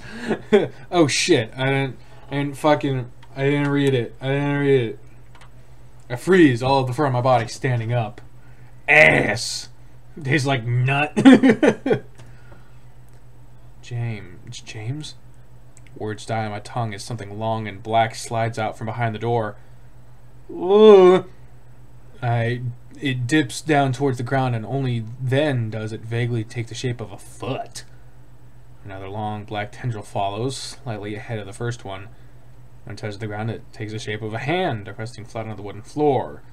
I choke and start to try to back away, but then the door explodes open, and I'm just barely able to make out the galloping black shape before it engulfs me. Oh, god damn it, not again! I collapse back onto the ground, twisting, trying to scream, but the thing is completely covering and smothering me. I choke and gag, feeling like I'm being suffocated, my arms pinned to my sides, legs rigid. As I try to yank away from the thing, it feels like something is freed from my mouth and I'm able to scream. Help, get it off me, help! Jeez! The surface underneath me becomes soft. The thing on top of me warm. Huh? Through bleary eyes, I look up at Carl, just able to make out the curve of his horns. Carl? I hear movement at the doorway, and I glance in the direction to find Jenna standing there, hackles raised and teeth bared. Jenna? Before I know what exactly is going on, Jenna sprints across the room and jumps on the bed. Carl didn't even have time to turn around before she snatches him up by the horns and yanks his head back violently. What the fuck? The ram lets out a choking sound as he's dragged back down to the floor. Jenna jumps off the bed after him. From the sounds of it, she lands on his. What follows is a series of thuds and smacks. Weakly, I pull myself on the foot of the bed, still completely disoriented. I knew it, you motherfucking piece of shit! What I see is Jen sitting on Carl's back, swinging her fist into his head while the ram tries to cover up. You haven't changed at all! What? Jenna, stop! I roll off the bed, confused as to why I'm so weak. Pain shoots up my leg again, but this time I barely notice it. There's something around Jenna, something big and black, like a shadow, making her look much bigger than she actually is. What's up? No. Her fists swing and hit Carl with a force I didn't think she was capable of. As he grabs Carl by the horn again and yanks back before slamming his face back into the floor. Jenna! I lunge forward, trying to put myself between the two of them. Underneath me, Carl has gone limp. Just like Jenna, there's something black and shadowy around him as well, but it's fading, moving away. Jenna's still trying to get at Carl, reaching around me and snarling in my ear, a sound that makes my fur stand on end. Then she's gone. I look to my left and see Jenna being drawn back by Raven, his eyes wide with shock. What are you doing? Jenna struggles in the husky's grasp. I saw him, he was trying to fuck the otter. What? The otter? Jenna, stop! He was helping me! Raven continues to try and pull Jenna towards the door, but she continues to struggle. I was having a nightmare! Jenna's struggling, losing some of its vigor, but she continues to snarl in Carl's direction. Raven, please, get her out of here! Shadow around Jenna seems to shrink, and her face shows some doubt as she stares at the crumpled form of Carl. After a moment, she seems to let the husky lead her from the room, and I hear soothing tones from Raven as he leads her down the stairs. I turn back to Carl who has his arms around his head, face still buried into the ground. After a while, I see his shoulders heaving with sobs. Gently, I pull one of his arms back, and he looks up at me. This time I recognize his face.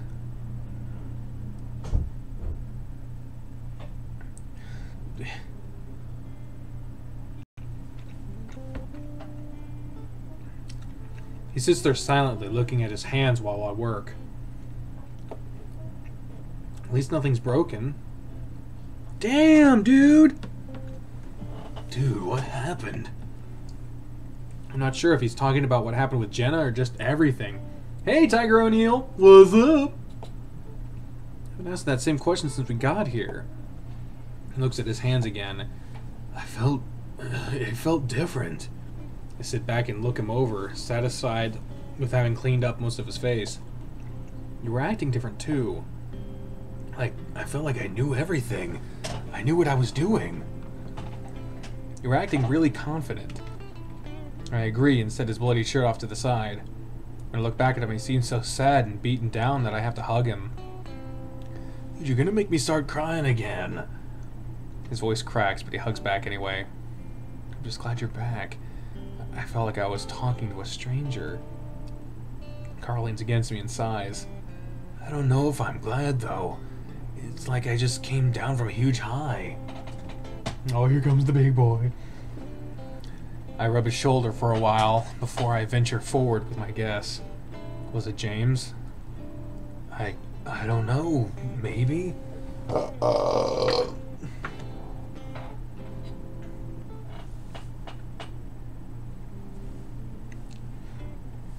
Carl looks at his hands again, like he's questioning if they're even his. I just felt like I knew what I wanted, and when things didn't go the way I thought they would, I'd get really pissed. He's silent for a while, I imagine contemplating what he'd just gone through. Jenna isn't really acting like herself either. Carl looks up at that. Yeah, it felt like whatever was in me, whatever it is, really hates what Jenna's doing for some reason. Carl looks around the room, scanning it with his dark green eyes. I feel like all of this is some kind of mental fight between James and whatever else is fighting against him. He looks back down at his hands. That's why we have to do all of this. He falls back into silence, and I don't ask any more questions, wanting him to rest a bit. There is one nagging thought that comes to my mind, though. This is kind of stupid, but what happened back in the mansion, you know, that thing between us? He looks up at me, and I feel my face flush, looking away. I guess I'm wondering if any of that was real. I mean, if it was really you feeling that way. Carl doesn't say anything, so I'm forced to look up at him, and he has a sad sort of smile on his face. Dude, I think that was the only part of me that was real. Despite where we are, despite everything that's happening, it somehow makes me incredibly happy. Happy enough to lean forward and kiss him. Oh, shit. He kisses back. In a while, it's barely more than a peck. It has my, oh, what? He kisses back, and while it's barely more than a peck, it has my entire body feeling warm. He puts his own arm around me after I pull back and rest my head on his shoulder. I feel like it's gonna try to come back, though. I look at him. What, James? Whatever it is, I can already feel it, like it's on the edge of my mind. Do you think you can fight it? Carl sighs and looks at me. Should I? What do you mean? I mean, it made me feel amazing, like I could do anything. Maybe we need that? I frown. I don't know. Not only that, but I feel like I knew what to do. It might save us. He stares back into my eyes. I know it's not really me, but it'll probably only be for the time that we're here. I look away, thinking. Then I'll be back to my old self. He squeezes my shoulder. But it's important to me what you think. We're in this together. This is my thing, is that I don't know for sure that the end result isn't James trying to find like a possession of someone, and that if Carl gives into it, that fucking we'll just lose Carl forever. That, and it would be kind of shitty for me to be like, yeah, you're useless in this, let's get someone better. Like, no, fight it, motherfucker. Now, whether or not it made Carl feel good, I can't shake the bad feeling it gives me. I rest a hand on his. No, after everything that's happened, I don't trust whatever it is. Carl watches me closely. Seriously, we need to be more careful. Besides, I lean my head against his shoulder again. We are in this together. We don't need that thing meddling with us to get through it. I feel some of the tension go out of Carl's muscles, and we wrap each other more tightly into our respective embraces. We sit there for a while, Carl absorbed in what I had just said. It's clear that whatever is influencing Carl and Jenna is powerful, and we had to be careful. Whatever he decides, I just pray that it's the right decision.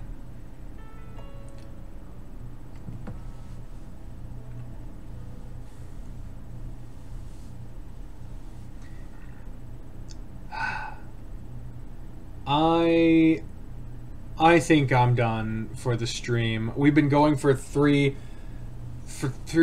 hours and just over 3 hours of actual video. And it seems like we just had a good moment to end on.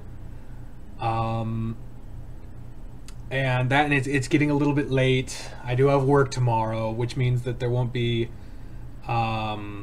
it won't be another there won't be a Nerd's Eye View again this week, but you had this, which means that you did have a live stream this week. And of course we have the charity live stream at the end of the week on Saturday, starting at midnight midnight on Saturday and going until midnight Sunday.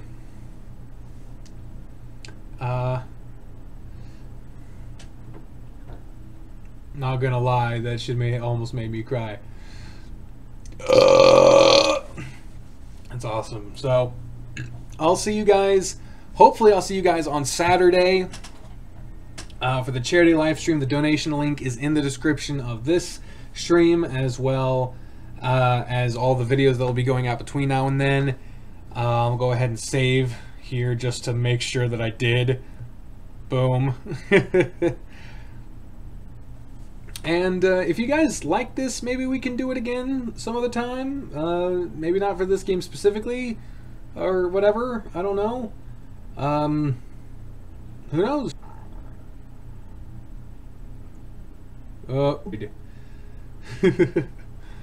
Until next time, ladies and gentlemen, I have been the trained unprofessional, speaking for the voices in my head when I say until next time, fare thee well.